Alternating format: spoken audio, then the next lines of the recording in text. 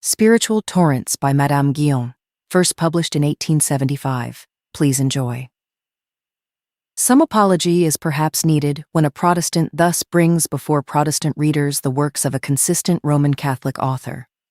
The plea must be that the doctrine and experience described are essentially Protestant, and so far from their receiving the assent of the Roman Catholic Church, their author was persecuted for holding and disseminating them. Of the experience of Madame Guyon, it should be borne in mind that though the glorious heights of communion with God to which she attained may be scaled by the feeblest of God's chosen ones, yet it is by no means necessary that they should be reached by the same apparently arduous and protracted path along which she was led. The Torrents especially needs to be regarded rather as an account of the personal experience of the author than as the plan which God invariably, or even usually, adopts in bringing the soul into a state of union with himself. It is true that, in order that we may live unto righteousness, we must be dead indeed unto sin, and that there must be a crucifixion of self before the life of Christ can be made manifest in us. It is only when we can say, "I am crucified with Christ," that we are able to add, "Nevertheless I live, yet not I, but Christ liveth in me." But it does not follow that this inward death must always be as lingering as in the case of Madame Guyon. She tells us herself that the reason was that she was not wholly resigned to the divine will and willing to be deprived of the gifts of God, that she might enjoy the possession of the giver. This resistance to the will of God implies suffering on the part of the creature and chastisement on the part of God, in order that he may subdue to himself what is not voluntarily yielded to him. Of the joy of a complete surrender to God, it is not necessary to speak here. Thousands of God's children are realizing its blessedness for themselves and proving that it is no hardship, but a joy unspeakable, to present themselves a living sacrifice to God, to live no longer to themselves but to Him that died for them and rose again. A simple trust in a living, personal Savior. A putting away by His grace of all that is known to be in opposition to His will, and an entire self-abandonment to Him, that His designs may be worked out in and through us. Such is the simple key to the hidden sanctuary of communion. By Madame J.M.B. de la Motte Guyon. Let judgment run down as waters and righteousness as a mighty stream. Amos 5:24.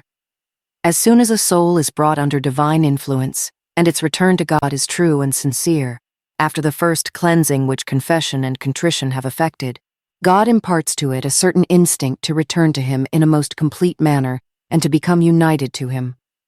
The soul feels then that it was not created for the amusements and trifles of the world, but that it has a center and an end, to which it must be its aim to return, and out of which it can never find true repose. This instinct is very deeply implanted in the soul, more or less in different cases, according to the designs of God. But all have a loving impatience to purify themselves, and to adopt the necessary ways and means of returning to their source and origin, like rivers, which, after leaving their source, flow on continuously in order to precipitate themselves into the sea. You will observe that some rivers move gravely and slowly, and others with greater velocity, but there are rivers and torrents which rush with frightful impetuosity and which nothing can arrest. All the burdens which might be laid upon them, and the obstructions which might be placed to impede their course, would only serve to redouble their violence. It is thus with souls. Some go on quietly towards perfection and never reach the sea, or only very late, contented to lose themselves in some stronger and more rapid river which carries them with itself into the sea. Others, which form the second class, flow on more vigorously and promptly than the first. They even carry with them a number of rivulets, but they are slow and idle in comparison with the last class, which rush onward with so much impetuosity that they are utterly useless. They are not available for navigation, nor can any merchandise be trusted upon them, except at certain parts and at certain times. These are bold and mad rivers, which dash against the rocks, which terrify by their noise, and which stop at nothing. The second class are more agreeable and more useful. Their gravity is pleasing, they are all laden with merchandise, and we sail upon them without fear or peril. Let us look with divine aid at these three classes of persons under the three figures that I have proposed, and we will commence with the first in order to conclude happily with the last. The first class of souls are those who, after their conversion, give themselves up to meditation or even to works of charity. They perform some exterior austerities, endeavor little by little to purify themselves, to rid themselves of certain notable sins and even of voluntary venial ones. They endeavor with all their little strength to advance gradually, but it is feebly and slowly. As their source is not abundant, the dryness sometimes causes delay. There are even periods, in times of aridity, when they dry up altogether. They do not cease to flow from the source, but it is so feebly as to be barely perceptible. These rivers carry little or no merchandise, and therefore, for the public need, it must be taken to them. It is necessary at the same time that art should assist nature, and find the means of enlarging them, either by canals or by the help of other rivers of the same kind, which are joined together and united to it, which rivers thus joined increase the body of water, and, helping each other, put themselves in a condition to carry a few small boats, not to the sea, but to some of the chief rivers, of which we shall speak later. Such beings have usually little depth of spiritual life. They work outwardly, and rarely quit their meditations, so that they are not fit for great things.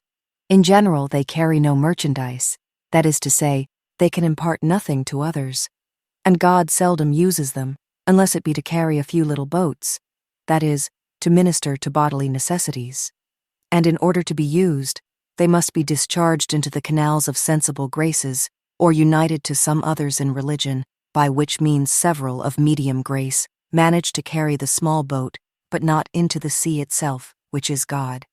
Into that they never enter in this life, but only in the next. It is not that souls are not sanctified in this way. There are many people who pass for being very virtuous, who never get beyond it, God giving them lights conformed to their condition, which are sometimes very beautiful, and are the admiration of the religious world. The most highly favored of this class are diligent in the practice of virtue. They devise thousands of holy inventions and practices to lead them to God, and to enable them to abide in His presence. But all is accomplished by their own efforts, aided and supported by grace, and their own works appear to exceed the work of God, His work only concurring with theirs. The spiritual life of this class only thrives in proportion to their work. If this work be removed, the progress of grace within them is arrested. They resemble pumps, which only yield water in proportion as they are agitated.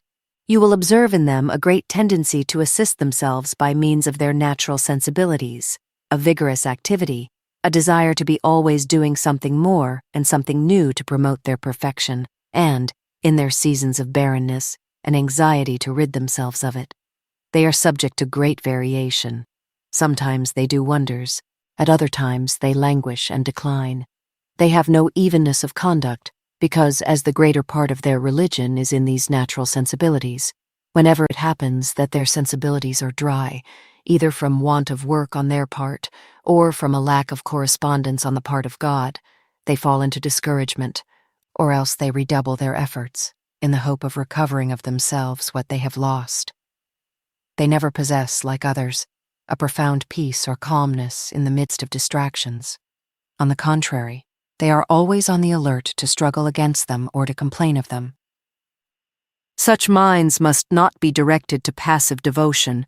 This would be to ruin them irrecoverably, taking from them their means of access to God. For as with a person who is compelled to travel, and who has neither boat nor carriage, nor any other alternative than that of going on foot, if you remove his feet, you place advancement beyond his reach. So with these souls, if you take away their works, which are their feet, they can never advance. And I believe this to be the cause of the contests which now agitate the religious world. Those who are in the passive way, conscious of the blessedness they experience in it, would compel all to walk with them. Those, on the contrary, who are in what I have termed the state of meditation, would confine all to their way, which would involve inestimable loss. What must be done then? We must take the middle course and see for which of the two ways souls are fitted.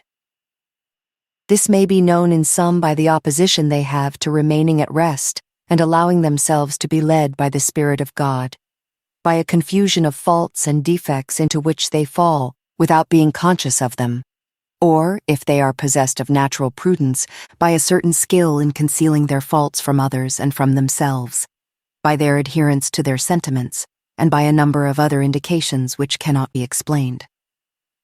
The way to deliver them from such a state would be to lead them to live less in the intellect and more in the affections, and if it be manifest that they are gradually substituting the one for the other, it is a sign that a spiritual work is being carried on within them. I am at a loss to understand why so loud a cry is raised against those books and writers that treat of the inner life.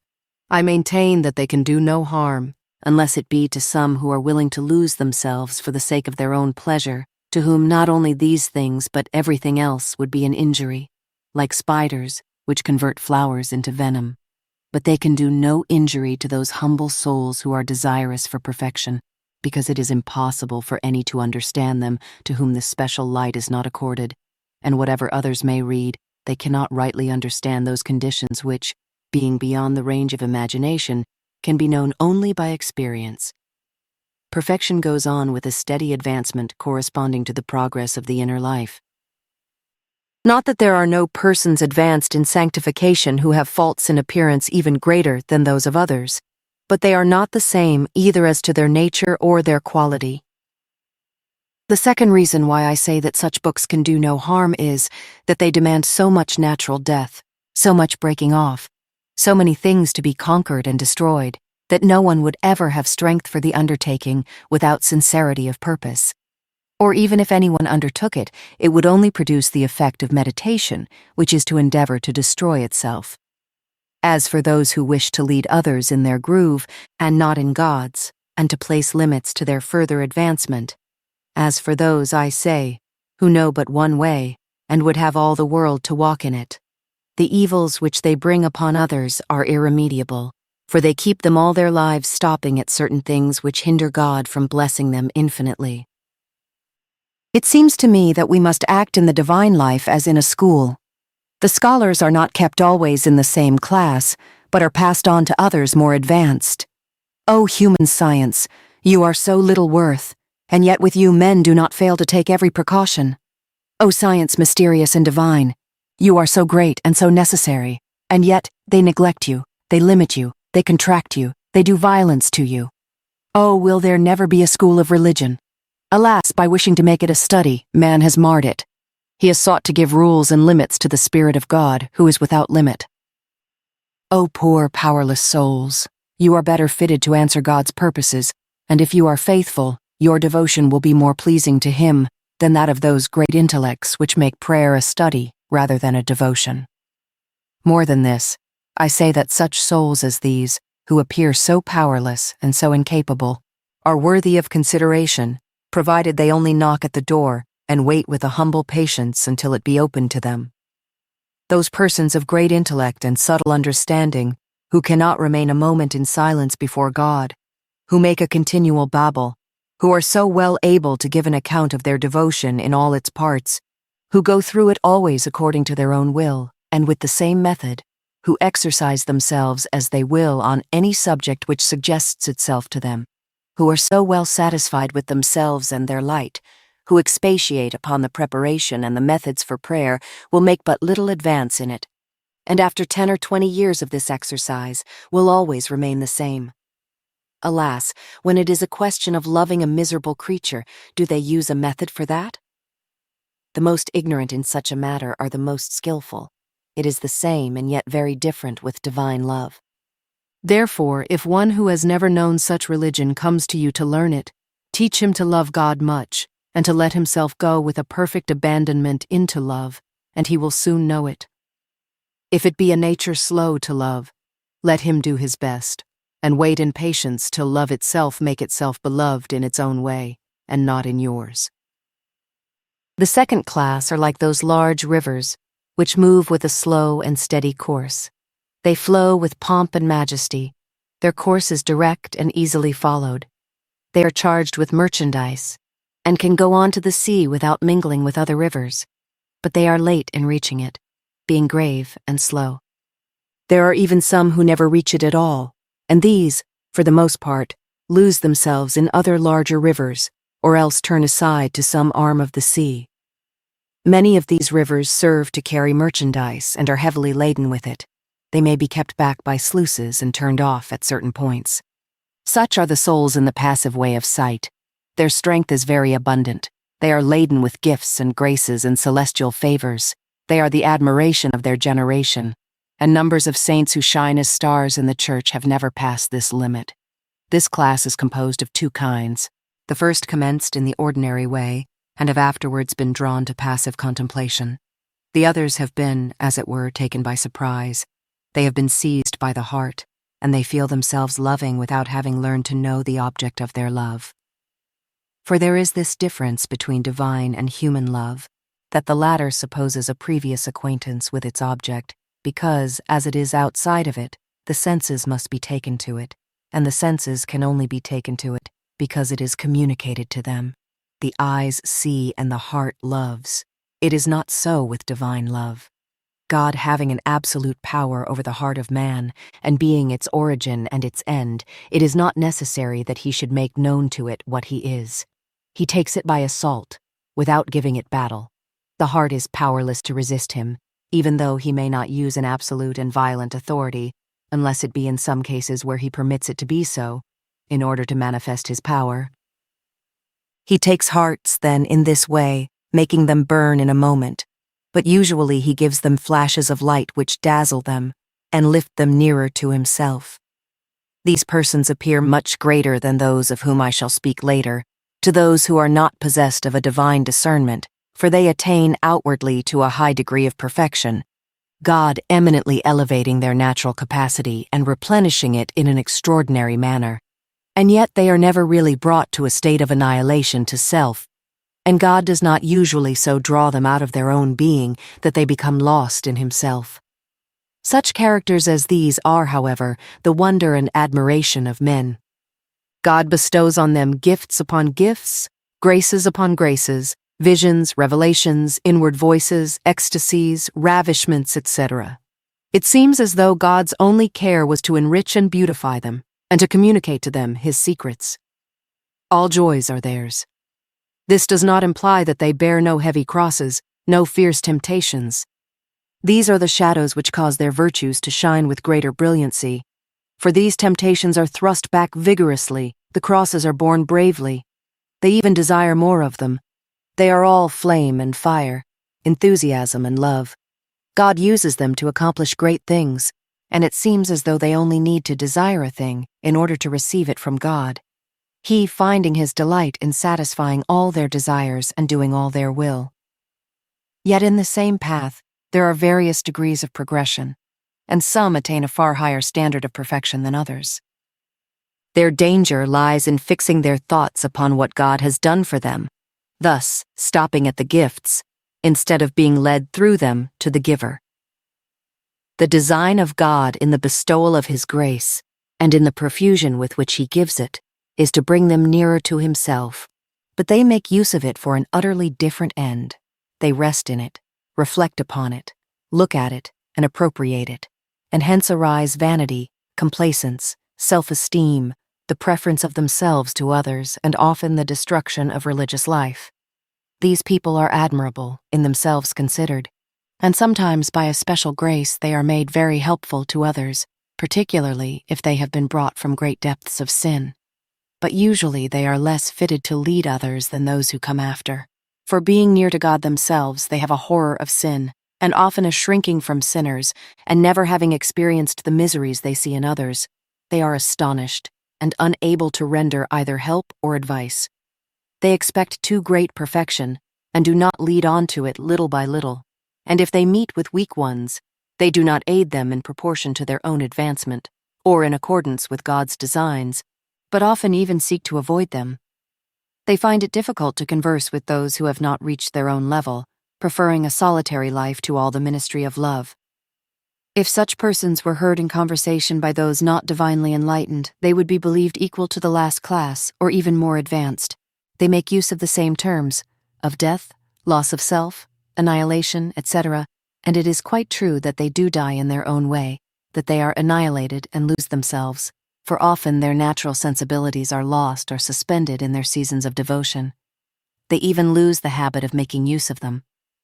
Thus, these souls are passive, but they have light and love and strength in themselves. They like to retain something of their own, it may be even their virtues, but in so delicate a form that only the divine eye can detect it. Such as these are so laden with merchandise that their course is very slow. What must be done with them, then, to lead them out of this way? There is a more safe and certain path for them, even that of faith. They need to be led from the sensible to the supernatural, from that which is known and perceived to the very deep, yet very safe, darkness of faith. It is useless to endeavor to ascertain whether these things be of God or not, since they must be surpassed. For if they are of God, they will be carried on by Him, if only we abandon ourselves to Him. And if they are not of God, we shall not be deceived by them, if we do not stay at them. This class of people find far greater difficulty in entering the way of faith than the first, for as what they already possess is so great and so evidently from God, they will not believe that there is anything higher in the Church of God. Therefore they cling to it. O God, how many spiritual possessions there are which appear great virtues to those who are not divinely enlightened, and which appear great and dangerous defects to those who are so. For those in this way regard as virtues what others look upon as subtle faults, and even the light to see them in their true colors is not given to them. These people have rules and regulations for their obedience, which are marked by prudence. They are strong and vigorous, though they appear dead. They are indeed dead as to their own wants, but not as to their foundation. Such souls as these often possess an inner silence, certain sinkings into God, which they distinguish and express well, but they have not that secret longing to be nothing, like the last class. It is true they desire to be nothing by a certain perceptible annihilation, a deep humility, an abasement under the immense weight of God's greatness. All this is an annihilation in which they dwell without being annihilated. They have the feeling of annihilation without the reality, for the soul is still sustained by its feelings, and this state is more satisfactory to it than any other, for it gives more assurance. This class usually are only brought into God by death, unless it be some privileged ones whom God designs to be the lights of His church, or whom He designs to sanctify more eminently. And such He robs by degrees of all their riches. But as there are few sufficiently courageous to be willing, after so much blessedness, to lose it all, few pass this point, God's intention perhaps being that they should not pass it, and that, as in the Father's house there are many mansions, they should only occupy this one. Let us leave the causes with God. What shall we say of the souls in this third way, unless it be that they resemble torrents which rise in high mountains? They have their source in God Himself, and they have not a moment's rest until they are lost in Him. Nothing stops them, and no burdens are laid upon them. They rush on with a rapidity which alarms even the most confident. These torrents flow without order, here and there, wherever they can find a passage, having neither regular beds nor an orderly course. They sometimes become muddy by passing through ground which is not firm, and which they bear away with them by their rapidity. Sometimes they appear to be irrecoverably lost, then they reappear for a time, but it is only to precipitate themselves in another abyss, still deeper than the former one. It is the sport of these torrents to show themselves, to lose themselves, and to break themselves upon the rocks. Their course is so rapid as to be undiscernible, but finally, after many precipices and abysses, after having been dashed against rocks, and many times lost and found again, they reach the sea, where they are lost to be found no more. And there, however poor, mean, useless, destitute of merchandise the poor torrent may have been, it is wonderfully enriched, for it is not rich with its own riches, like other rivers, which only bear a certain amount of merchandise or certain rarities, but it is rich with the riches of the sea itself. It bears on its bosom the largest vessels. It is the sea which bears them, and yet it is the river, because the river, being lost in the sea, has become one with it. It is to be remarked that the river or torrent thus precipitated into the sea does not lose its nature, although it is so changed and lost as not to be recognized. It will always remain what it was, yet its identity is lost not as to reality, but as to quality. For it so takes the properties of salt water that it has nothing peculiar to itself, and the more it loses itself and remains in the sea, the more it exchanges its own nature for that of the sea. For what, then, is not this poor torrent fitted? Its capacity is unlimited, since it is the same as that of the sea. It is capable of enriching the whole earth. O happy loss! Who can set thee forth? Who can describe the gain which has been made by this useless and good-for-nothing river, despised and looked upon as a mad thing, on which the smallest boat could not be trusted, because not being able to restrain itself, it would have dragged the boat with it? What do you say of the fate of this torrent, O great rivers, which flow with such majesty, which are the delight and admiration of the world, and glory in the quantity of merchandise spread out upon you? The fate of this poor torrent, which you regard with contempt or at best with compassion, what has it become? What use can it serve now, or rather, what use can it not serve? What does it lack? You are now its servants, since the riches which you possess are only the overflow of its abundance, or a fresh supply which you are carrying to it. But before speaking of the happiness of a soul thus lost in God, we must begin with its origin and go on by degrees. The soul, as we have said, having proceeded from God, has a continual propensity to return to Him, because, as He is its origin, He is also its final end. Its course would be interminable if it were not arrested or interrupted by sin and unbelief. Therefore, the heart of man is perpetually in motion and can find no rest till it returns to its origin and its center, which is God. Like fire, which being removed from its sphere, is in continual agitation and does not rest till it has returned to it.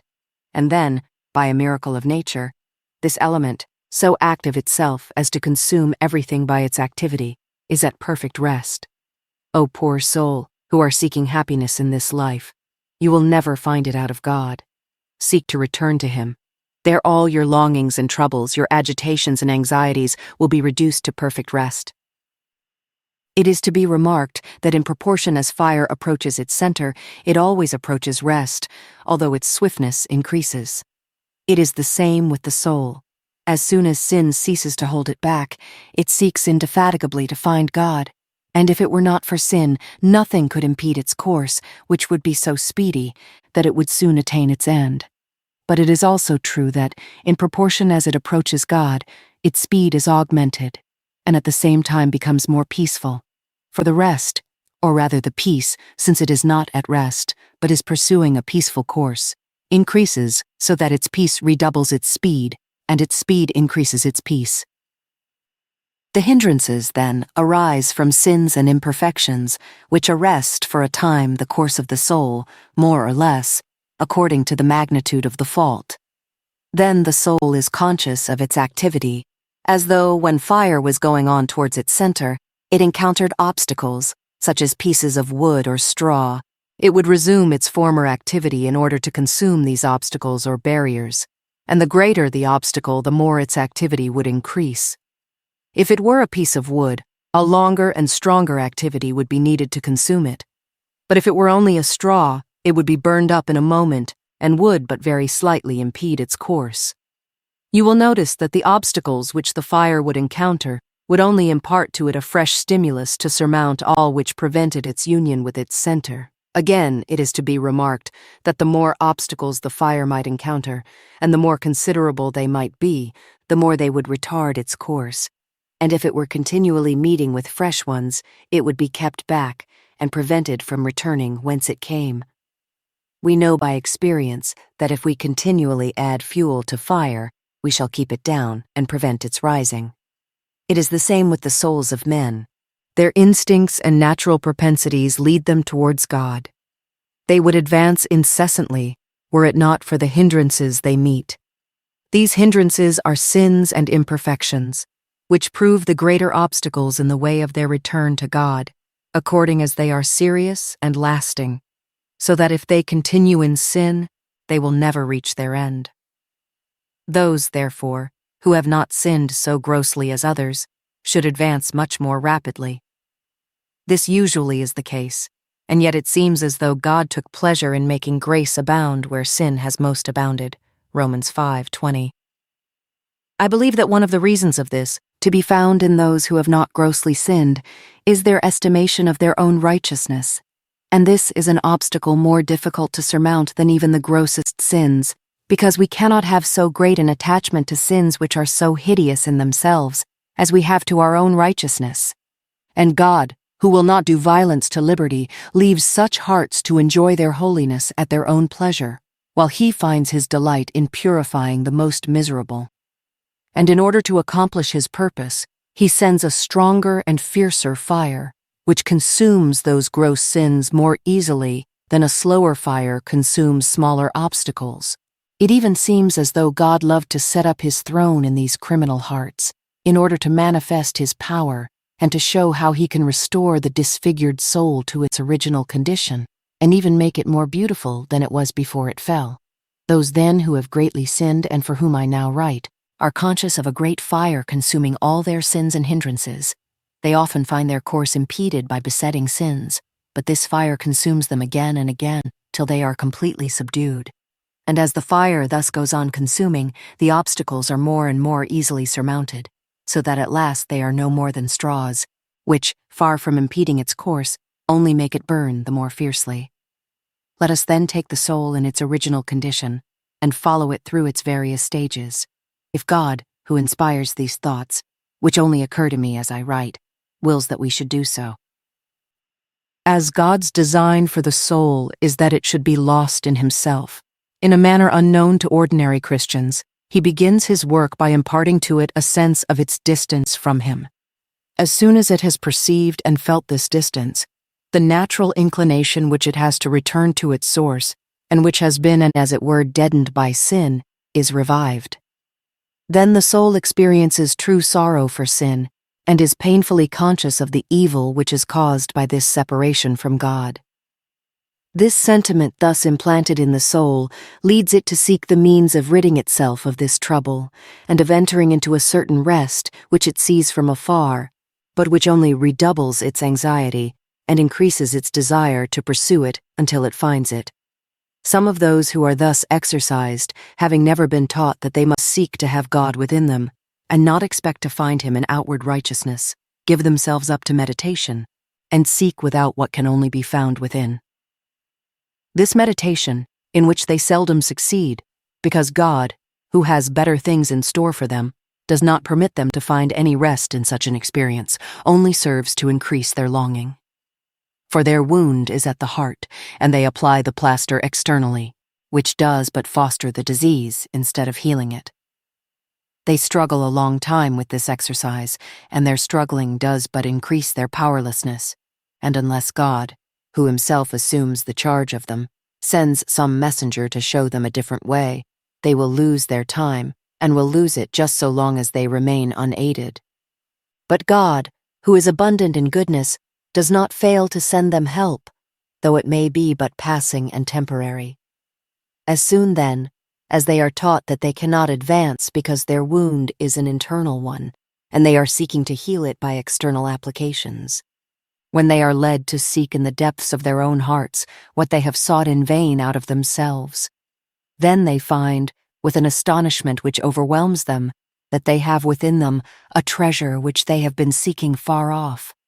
Then they rejoice in their new liberty. They marvel that prayer is no longer a burden, and that the more they retire within themselves, the more they taste of a certain mysterious something which ravishes them and carries them away. And they would wish ever to love thus, and thus to be buried within themselves. Yet what they experience, delightful as it may appear, does not stop them, if they are to be led into pure faith, but leads them to follow after something more, which they have not yet known. They are now all ardor and love. They seem already to be in paradise, for what they possess within themselves is infinitely sweeter than all the joys of earth. These they can leave without pain. They would leave the whole world to enjoy for 1 hour their present experience. They find that prayer has become their continual attitude, Their love increases day by day, so that their one desire is always to love and never to be interrupted. And as they are not now strong enough to be undisturbed by conversation, they shun and fear it. They love to be alone and to enjoy the caresses of their beloved. They have within themselves a counselor who lets them find no pleasure in earthly things, and who does not suffer them to commit a single fault, without making them feel by his coldness how much sin is displeasing to him. This coldness of God, in times of transgression, is to them the most terrible chastisement. It seems as though God's only care were to correct and reprove them, and his one purpose to perfect them. It is a surprise to themselves and to others that they change more in a month by this way, and even in a day, than in several years by the other. O God, it belongs only to thee to correct and to purify the hearts of thy children. God has yet another means of chastising the soul when it is further advanced in the divine life by making himself more fully known to it after it falls. Then the poor soul is covered with confusion. It would rather bear the most severe chastisement than this goodness of God after it has sinned. These persons are now so full of their own feelings that they want to impart them to others. They long to teach the whole world to love God. Their sentiments towards him are so deep, so pure, and so disinterested, that those who hear them speak, if they are not divinely enlightened, believe them to have attained the height of perfection. They are fruitful in good works. There is no reasoning here, nothing but a deep and burning love. The soul feels itself seized and held fast by a divine force, which ravishes and consumes it. It is like intoxicated persons, who are so possessed with wine that they do not know what they are doing, and are no longer masters of themselves. If such as these try to read, the book falls from their hands, and a single line suffices them. They can hardly get through a page in a whole day, however assiduously they may devote themselves to it, for a single word from God awakens that secret instinct which animates and fires them, so that love closes both their mouth and their eyes. They cannot utter verbal prayers, being unable to pronounce them. A heart which is unaccustomed to this does not know what it means, for it has never experienced anything like it before, and it does not understand why it cannot pray, and yet it cannot resist the power which overcomes it. It cannot be troubled, nor be fearful of doing wrong, for he who holds it bound does not permit it either to doubt that it is he who thus holds it, or to strive against it, for if it makes an effort to pray, it feels that he who possesses it closes its lips, and compels it, by a sweet and loving violence, to be silent.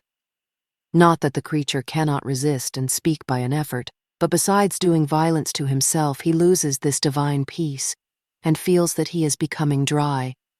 He must allow himself to be moved upon by God at his will, and not in his own way. The soul in this state imagines itself to be in an inward silence, because its working is so gentle, so easy, and so quiet that it does not perceive it.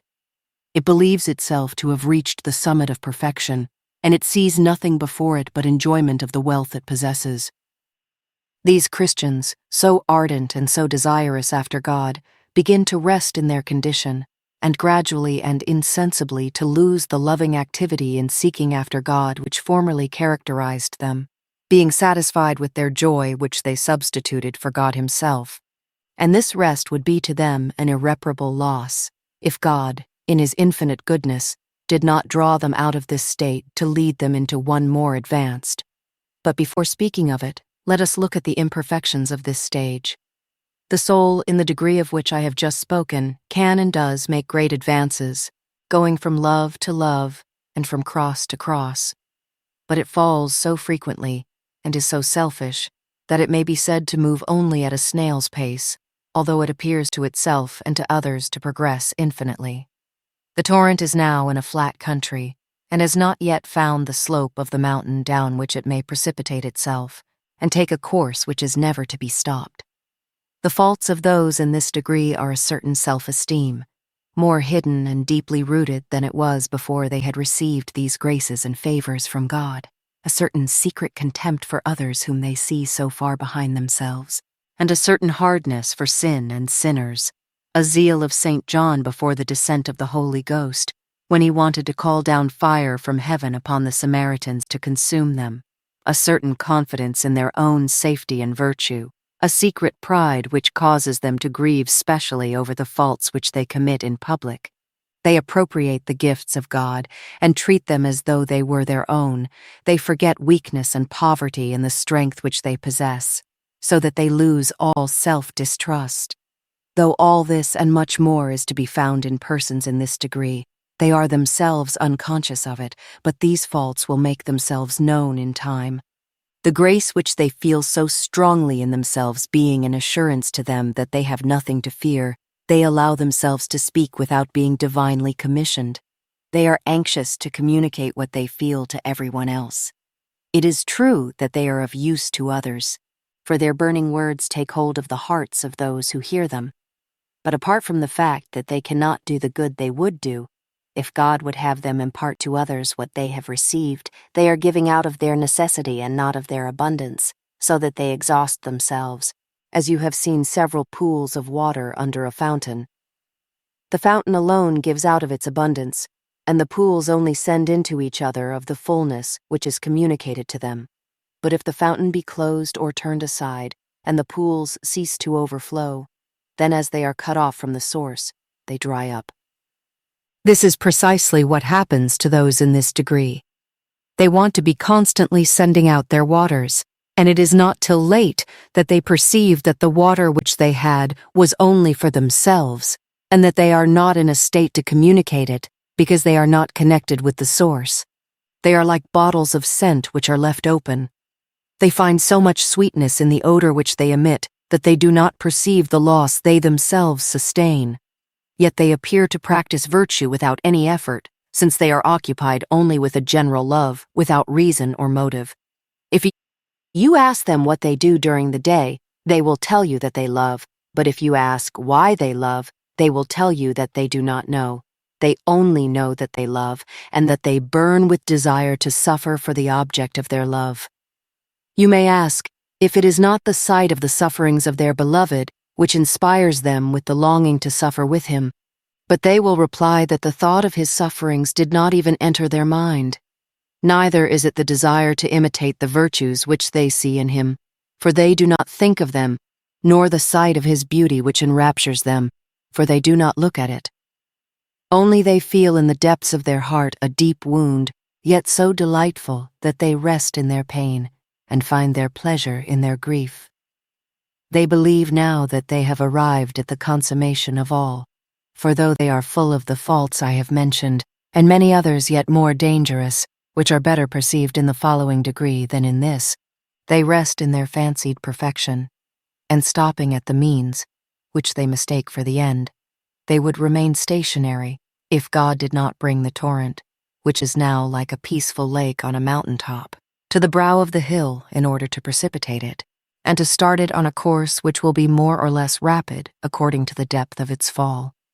It appears to me that even the most advanced in this degree have a habit of concealing their faults, both from themselves and others, always finding excuses and extenuations, not designedly, but from a certain love of their own excellence, and a habitual dissimulation under which they hide themselves.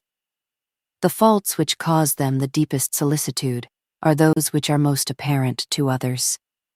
They have a hidden love of self, stronger than ever, an esteem for their own position, a secret desire to attract attention, an affected modesty, a facility in judging others, and a preference for private devotion rather than domestic duties, which renders them the cause of many of the sins of those around them.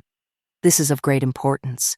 The soul, feeling itself drawn so strongly and sweetly, desires to be always alone and in prayer, which gives rise to two evils. The first, that in its seasons of greatest liberty, it spends too much time in solitude. The second, that when its vigor of love is exhausted, as it often is in this way, it has not the same strength in times of dryness.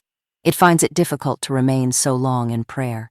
It readily shortens the time. Its thoughts wander to exterior objects.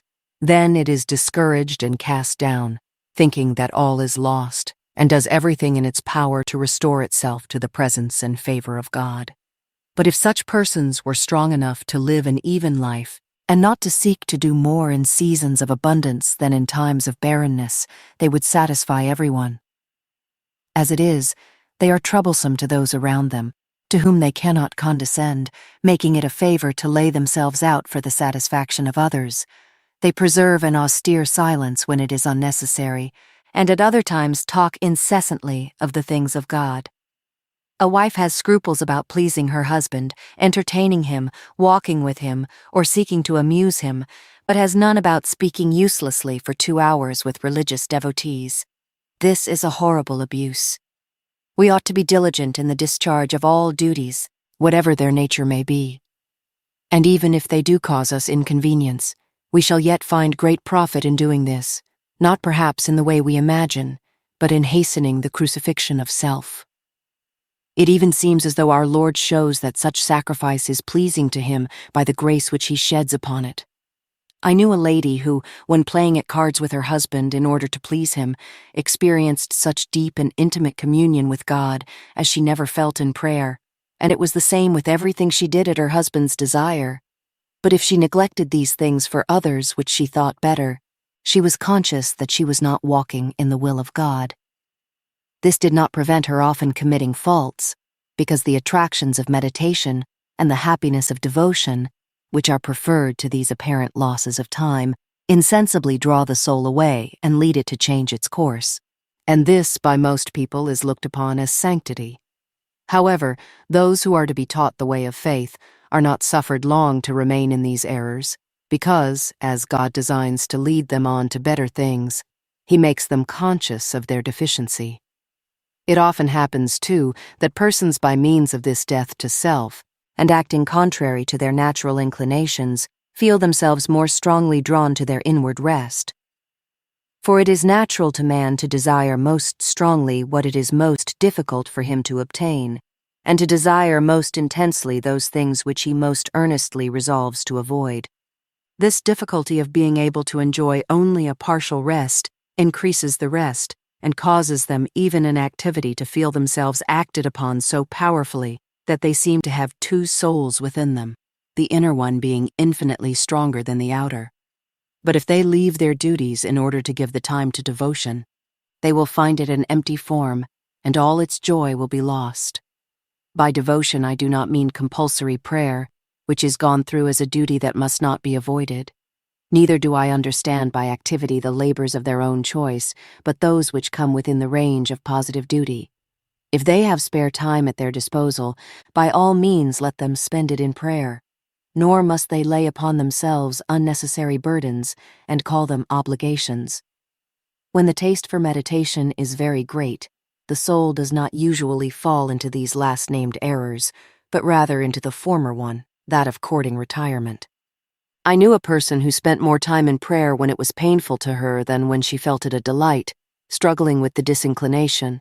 But this is injurious to the health because of the violence which it does to the senses and the understanding, which, being unable to concentrate themselves upon any one object, and being deprived of the sweet communion which formerly held them in subjection to God, endure such torment, that the subject of it would rather suffer the greatest trial than the violence which is necessary to enable it to fix its thoughts on God. The person to whom I alluded sometimes passed 2 or 3 hours successively in this painful devotion, and she has assured me that the strangest austerities would have been delightful to her in comparison with the time thus spent. But as a violence so strong as this in subjects so weak is calculated to ruin both body and mind, I think it is better not in any way to regulate the time spent in prayer by our varying emotions. This painful dryness of which I have spoken belongs only to the first degree of faith, and is often the effect of exhaustion, and yet those who have passed through it imagine themselves dead, and write and speak of it as the most sorrowful part of the spiritual life. It is true they have not known the contrary experience, and often they have not the courage to pass through this, for in this sorrow the soul is deserted by God, who withdraws from it his sensible helps, but it is nevertheless caused by the senses, because being accustomed to see and to feel, and never having experienced a similar privation, they are in despair, which however is not of long duration, for the forces of the soul are not then in a state to bear for long such a pressure.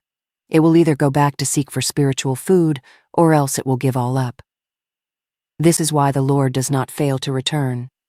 Sometimes he does not even suffer the prayer to cease before he reappears. And if he does not return during the hour of prayer, he comes in a more manifest way during the day. It seems as though he repented of the suffering he has caused to the soul of his beloved, or that he would pay back with usury what she has suffered for his love. If this consolation lasts for many days, it becomes painful. She calls him sweet and cruel. She asks him if he has only wounded her that she may die. But this kind lover laughs at her pain and applies to the wound a balm so sweet that she could ask to be continually receiving fresh wounds, that she might always find a new delight in a healing which not only restores her former health, but imparts one yet more abundant. Hitherto, it has only been a play of love, to which the soul would easily become accustomed if her beloved did not change his conduct. O poor hearts who complain of the flights of love! You do not know that this is only a farce, an attempt, a specimen of what is to follow. The hours of absence mark the days and the weeks, the months and the years. You must learn to be generous at your own expense, to suffer your beloved to come and go at his pleasure. I seem to see these young brides. They are at the height of grief when their beloved leaves them. They mourn his absence as if it were death, and endeavor, as far as they can, to prevent his departure.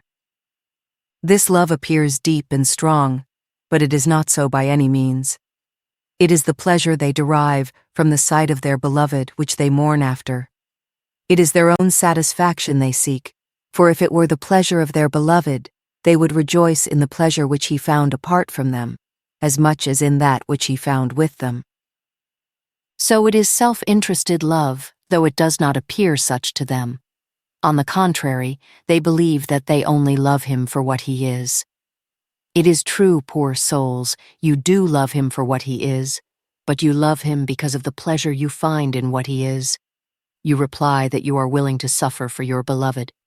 True, provided he will be the witness and the companion of your suffering. You say you desire no recompense. I agree, but you do desire that he should know of your suffering and approve of it. You want him to take pleasure in it. Is there anything more plausible than the desire that he for whom we suffer should know it, and approve of it, and take delight in it? Oh, how much you are out in your reckoning! Your jealous lover will not permit you to enjoy the pleasure which you take in seeing his satisfaction with your sorrow. You must suffer without his appearing to see it, or to approve of it, or to know it. That would be too great a gratification. What pain would we not suffer on such conditions? What? To know that our beloved sees our woes and takes an infinite pleasure in them. This is too great a pleasure for a generous heart. Yet I am sure the greatest generosity of those in this degree never goes beyond this. But to suffer without our beloved being aware of it, when he seems to despise what we do to please him, and to turn away from it. To have only scorn for what formerly seemed to charm him. To see him repay with a terrible coldness and distance what we do for his sake alone, and with terrible flights all our pursuit of him. To lose without complaint all that he had formerly given as pledges of his love, and which we think we have repaid by our love, our fidelity, and our suffering. Not only uncomplainingly to suffer ourselves to be thus despoiled, but to see others enriched with our spoils, and nevertheless not to cease to do what would please our absent lover, not to cease following after him. And if by unfaithfulness or surprise we stop for a moment to redouble our speed, without fearing or contemplating the precipices, although we fall 1,000 times, till we are so weary that we lose our strength and die from continual fatigue, when perhaps if our beloved turns and looks upon us, his glance restores life by the exquisite pleasure it gives, until at last he becomes so cruel that he lets us die for want of help. All this, I say, belongs not to this state, but to that which follows. I must remark here that the degree of which I have been speaking is of very long duration, at least unless God intends the soul to make great advances, and many, as I have said, never pass it. The torrent, having come to the brow of the hill, enters at the same time into the second degree of the passive way of faith. This soul, which was so peacefully resting on the mountain top, had no thought of leaving it. However, for want of a declivity, these waters of heaven by their stay upon earth were becoming tainted. For there is this difference between stagnant waters which have no outlet, and those which are in motion and have an outlet, that the first, with the exception of the sea, and those large lakes which resemble it, grow putrid, and their want of motion causes their destruction. But when, after leaving their source, they have an easy outlet, the more rapidly they flow, the more they are preserved. You will remember I remarked before of this soul, that as soon as God imparted to it the gift of passive faith, He gave it at the same time an instinct to seek after Him as its center. But in its unfaithfulness it stifles by its repose this instinct to seek God, and would remain stationary, if God did not revive this instinct by bringing it to the edge of the mountain, whence it is compelled to precipitate itself. At first it is sensible that it has lost that calmness which it expected to retain forever. Its waters, formerly so tranquil, begin to be noisy. A tumult is seen in its waves, they run and dash over. But where do they run?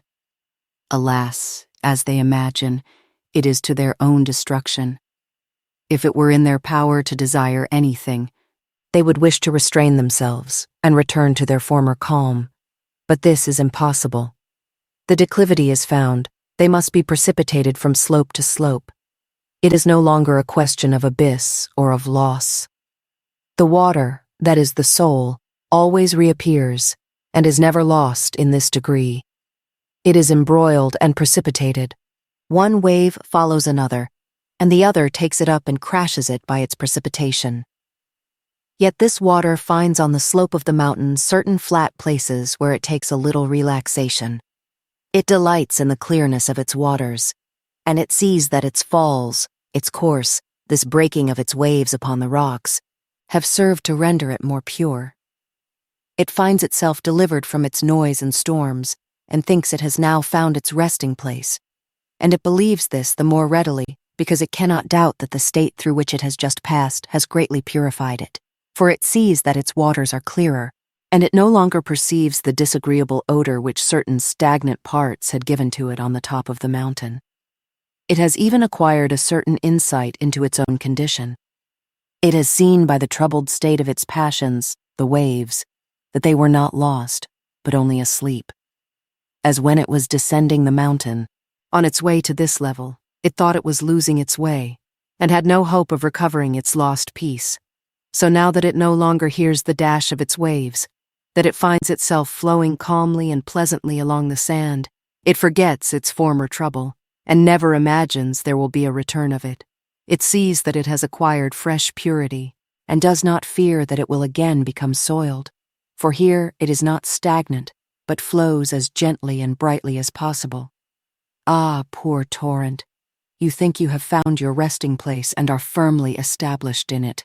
You begin to delight in your waters. The swans glide upon them and rejoice in their beauty.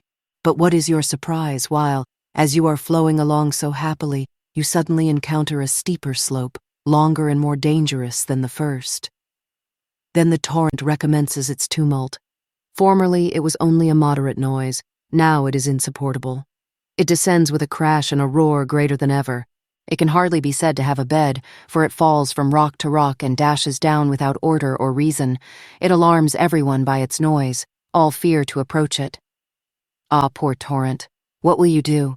You drag away in your fury all that comes in your way. You feel nothing but the declivity down which you are hurried, and you think you are lost. Nay, do not fear. You are not lost, but the time of your happiness is not yet come.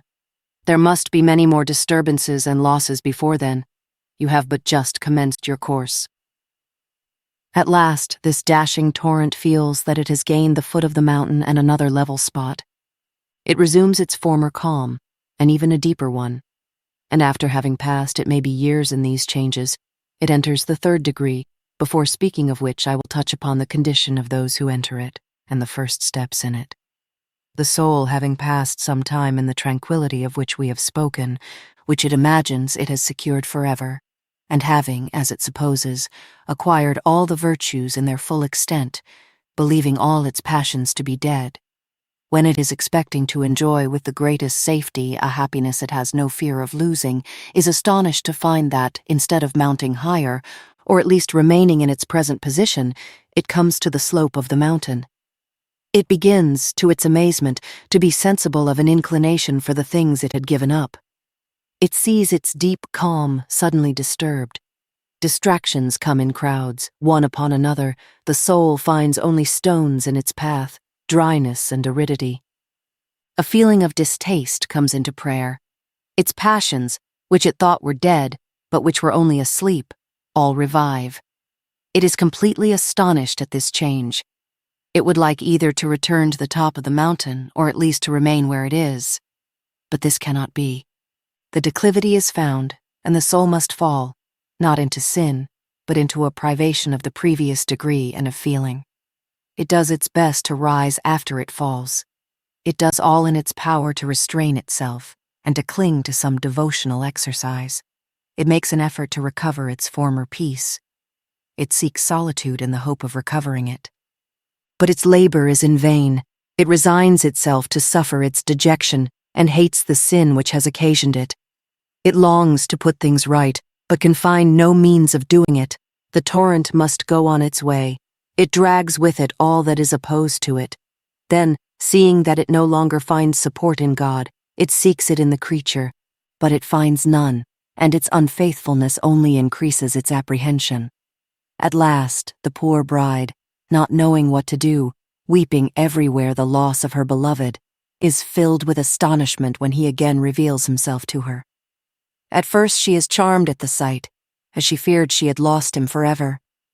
She is all the more happy because she finds that he has brought with him new wealth, a new purity, a great distrust of self. She has no longer the desire to stop as she formerly had. She goes on continuously but peacefully and gently, and yet she has fears lest her peace should be disturbed. She trembles lest she should again lose the treasure which is all the dearer to her because she had been so sensible of its loss. She is afraid she may displease him, and that he will leave her again. She tries to be more faithful to him, and not to make an end of the means. However, this repose carries away the soul, ravishes it, and renders it idle. It cannot help being sensible of its peace, and it desires to be always alone. It has again acquired a spiritual greediness. To rob it of solitude is to rob it of life. It is still more selfish than before, what it possesses being more delightful. It seems to be in a new rest. It is going along calmly, when all at once it comes to another descent, steeper and longer than the former one. It is suddenly seized with a fresh surprise.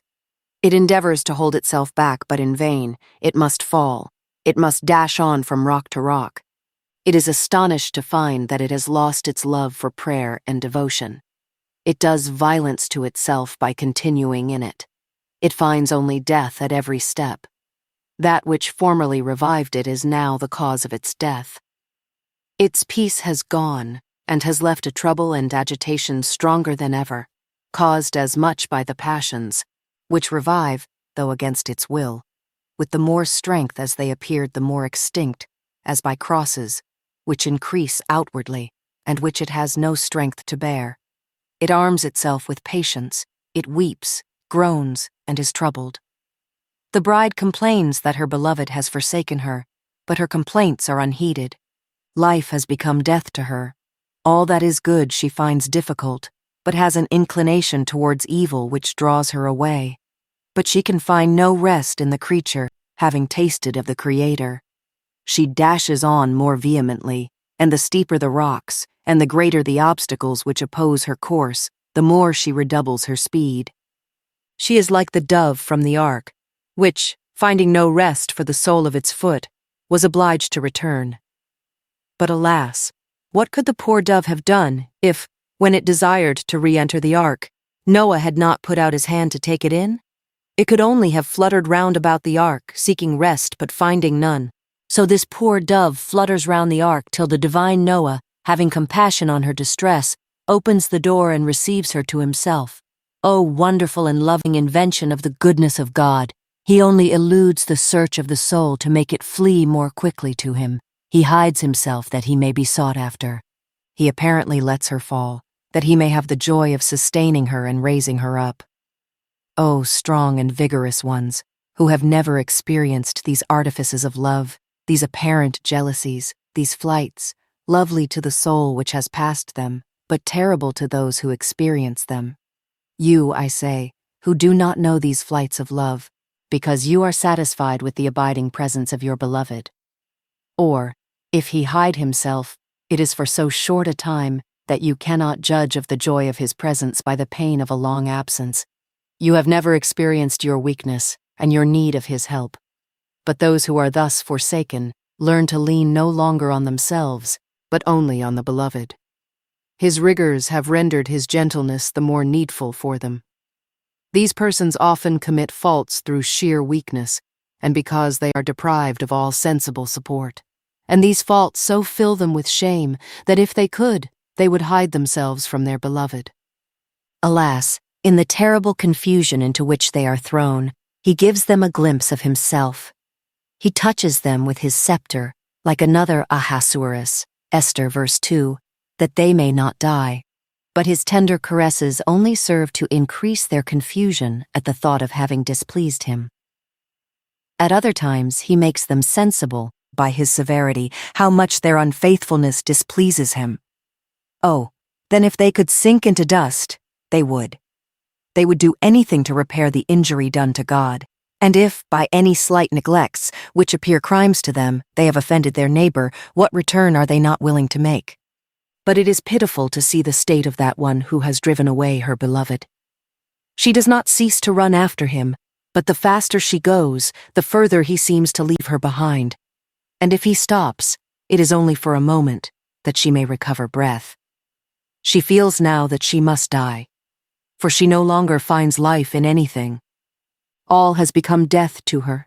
Prayer, reading, conversation, all is dead. She loses the joy of service, or rather she dies to it, performing it with so much pain and weariness that it is as death to her. At last, after having fought well, but uselessly, after a long succession of conflicts and rest, of lives and deaths, she begins to see how she has abused the grace of God, and that this state of death is better for her than life. For as she sees her beloved returning, and finds that she possesses him more purely, and that the state which preceded her rejoicing was a purification for her, she abandons herself willingly to death, and to the coming and going of her beloved, giving him full liberty to go and come as he will. She receives instruction as she is able to bear it. Little by little she loses her joy in herself, and is thus prepared for a new condition.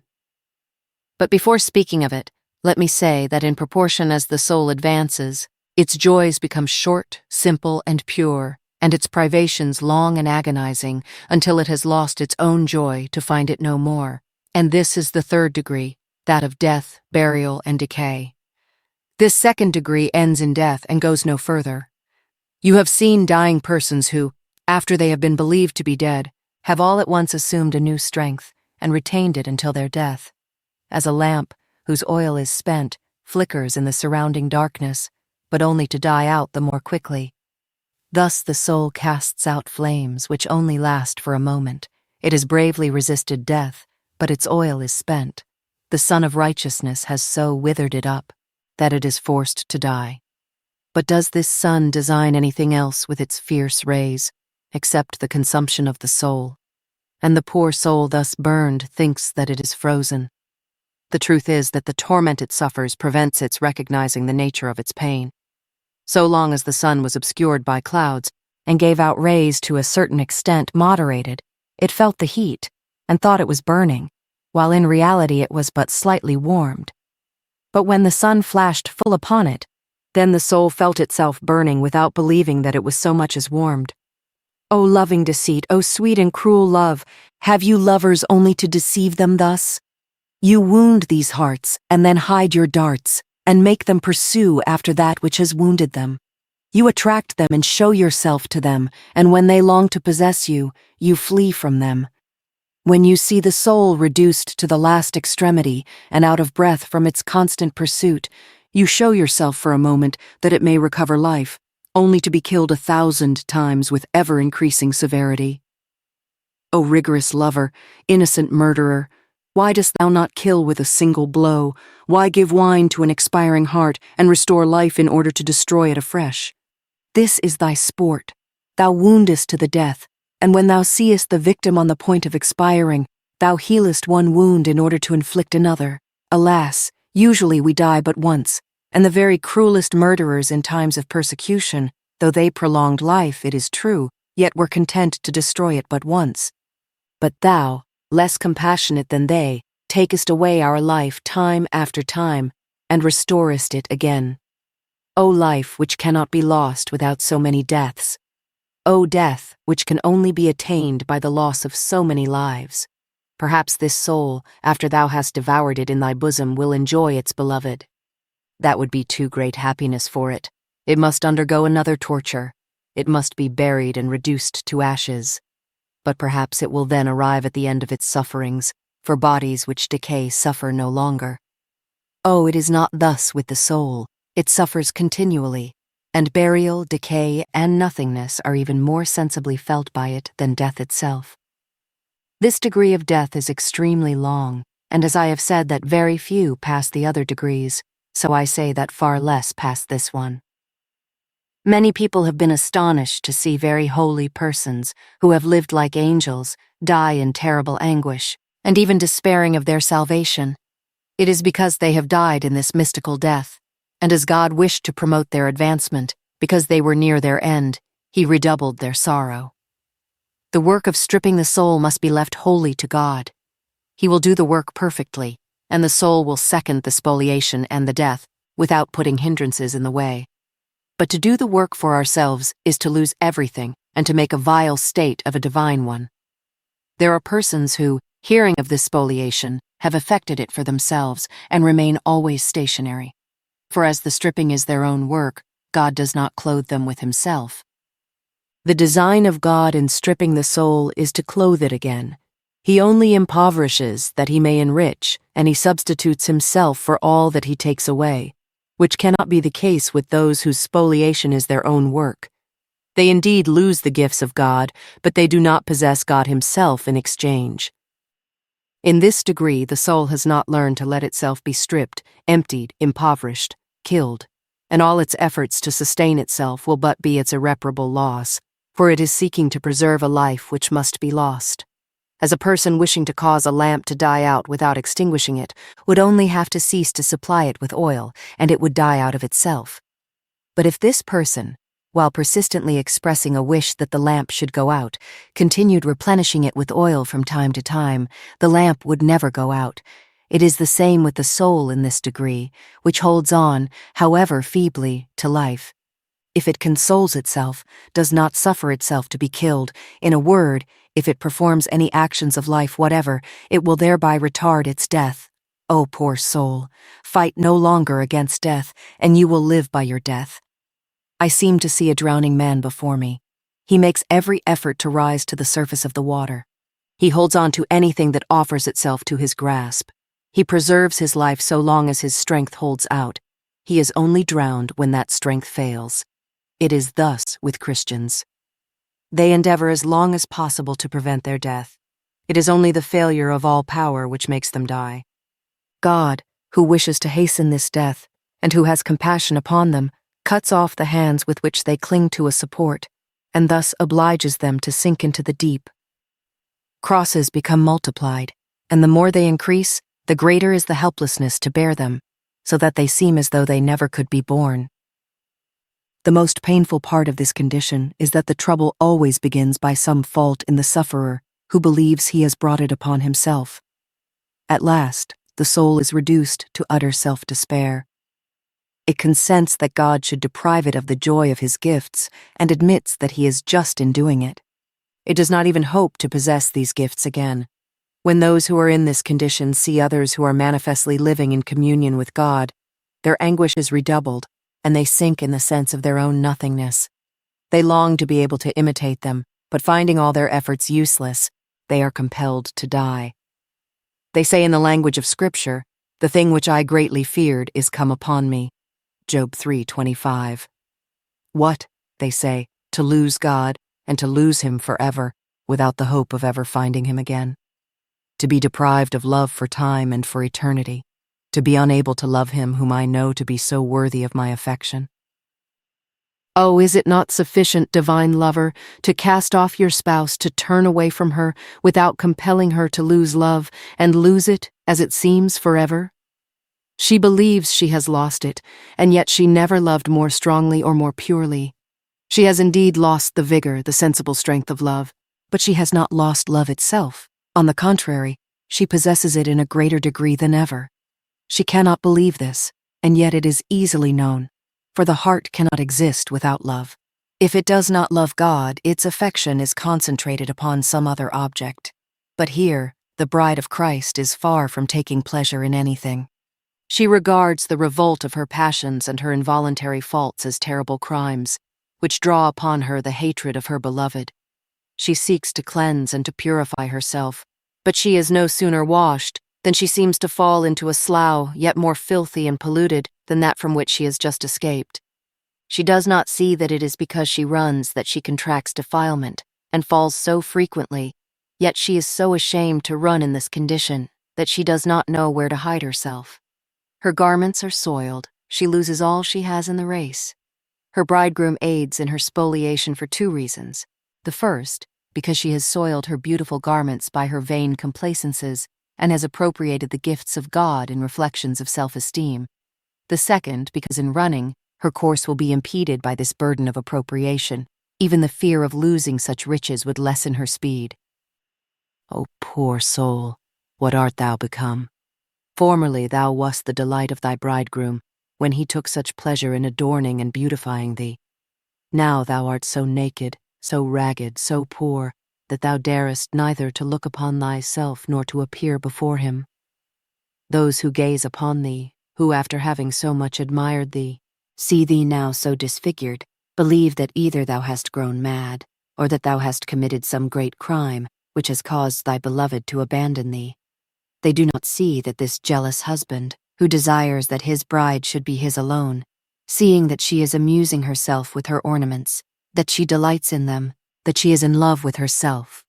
Seeing this, I say, and that she sometimes ceases looking at him in order to look at herself, and that her love to him is growing cold because her self-love is so strong, is stripping her and taking away all her beauties and riches from before her eyes.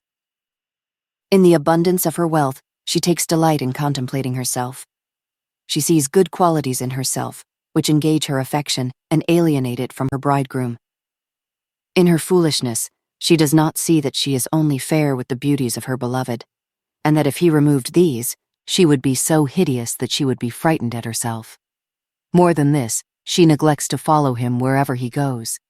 She fears lest she may spoil her complexion or lose her jewels. O jealous love, how well is it that thou comest to chastise this proud one, and to take from her what thou hast given, that she may learn to know herself, and that being naked and destitute, nothing may impede her course. Thus, then, our Lord strips the soul, little by little, robbing her of her ornaments, all her gifts, positions, and favors, that is, as to her perception or conscious possession of them, which are like jewels that weigh her down. Then he takes away her natural capacity for good, which are her garments, after which he destroys her personal beauty, which sets forth divine virtue, which she finds it impossible to practice. This spoliation commences with the graces, gifts, and favors of conscious love. The bride sees that her husband takes from her, little by little, the riches he had bestowed upon her. At first, she is greatly troubled by this loss, but what troubles her the most is not so much the loss of her riches as the anger of her beloved, for she thinks it is in anger that he thus takes back his gifts. She sees the abuse she had made of them, and the delight she had been taking in them, which so fills her with shame that she is ready to die of confusion. She lets him do as he will, and dares not say, "Why dost thou take from me what thou hast given?" For she sees that she deserves it, and looks on in silence. Though she keeps silence, it is not so profound now as afterwards. It is broken by mingled sobs and sighs. But she is astonished to find, when she looks at her bridegroom, that he appears to be angry with her for weeping over his justice towards her, in no longer allowing her the opportunity of abusing his gifts, and for thinking so lightly of the abuse she has made of them. She tries then to let him know that she does not care about the loss of his gifts, if only he will cease his anger towards her. She shows him her tears and her grief at having displeased him. It is true that she is so sensible of the anger of her beloved that she no longer thinks of her riches. After allowing her to weep for a long time, her lover appears to be appeased. He consoles her, and with his own hand he dries her tears. What a joy it is to her to see the new goodness of her beloved after what she has done. Yet he does not restore her former riches, and she does not long for them, being only too happy to be looked upon, consoled, and caressed by him. At first, she receives his caresses with so much confusion that she dare not lift her eyes, but forgetting her past woes in her present happiness, she loses herself in the new caresses of her beloved, and thinking no more of her past miseries, she glories and rests in these caresses, and thereby compels the bridegroom to be angry again and to despoil her anew. It must be observed that God despoils the loss little by little, and the weaker the souls may be, the longer the spoliation continues, while the stronger they are, the sooner it is completed, because God despoils them oftener and of more things at once. But however rough this spoliation may be, it only touches superfluities on the outside, that is to say, gifts, graces, and favors. This leading of God is so wonderful, and is the result of such deep love to the soul, that it would never be believed, except by those who have experienced it. For the heart is so full of itself, and so permeated with self-esteem, that if God did not treat it thus, it would be lost. It will perhaps be asked, if the gifts of God are productive of such evil consequences, why are they given? God gives them in the fullness of his goodness, in order to draw the soul from sin, from attachment to the creature, and to bring it back to himself. But these same gifts with which he gratifies it, that he may wean it from earth and from self to love him, at least from gratitude, we use to excite our self-love and self-admiration, to amuse ourselves with them. And self-love is so deeply rooted in man that it is augmented by these gifts, for he finds in himself new charms which he had not discovered before. He delights in them and appropriates to himself what belongs only to God. It is true, God could deliver him from it, but he does not do it, for reasons known only to himself. The soul, thus despoiled by God, loses a little of its self-love, and begins to see that it was not so rich as it fancied, but that all its virtue was in Christ. It sees that it has abused his grace, and consents that he should take back his gifts. The bride says, "I shall be rich with the riches of my bridegroom, and though he may keep them, yet, from my union in heart and will with him, they will still be mine." She is even glad to lose these gifts of God. She finds herself unencumbered, better fitted for walking. Gradually she becomes accustomed to this spoliation. She knows it has been good for her. She is no longer grieved because of it. And as she is so beautiful, she satisfies herself that she will not cease to please her bridegroom by her natural beauty and her simple garments, as much as she could with all her ornaments. When the poor bride is expecting always to live in peace, in spite of this loss, and sees clearly the good which has resulted to her from it, and the harm she had done to herself by the bad use which she had made of the gifts which now have been taken from her, she is completely astonished to find that the bridegroom, who had only given her temporary peace because of her weakness, comes with yet greater violence to tear off her clothing from her. Alas, poor bride, what wilt thou do now? This is far worse than before, for these garments are necessary to her, and it is contrary to all propriety to suffer herself to be stripped of them. Oh, it is now that she makes all the resistance in her power. She brings forward all the reasons why her bridegroom should not thus leave her naked. She tells him that it will bring reproach upon himself. "Alas," she cries, "I have lost all the virtues which thou hast bestowed upon me, thy gifts, the sweetness of thy love. But still I was able to make an outward profession of virtue. I engaged in works of charity. I prayed assiduously, even though I was deprived of thy sensible benefits. But I cannot consent to lose all this. I was still clothed according to my position, and looked upon by the world as thy bride. But if I lose my garments, it will bring shame upon thee. It matters not, poor soul. Thou must consent to this loss also. Thou dost not yet know thyself. Thou believest that thy raiment is thine own, and that thou canst use it as thou wilt.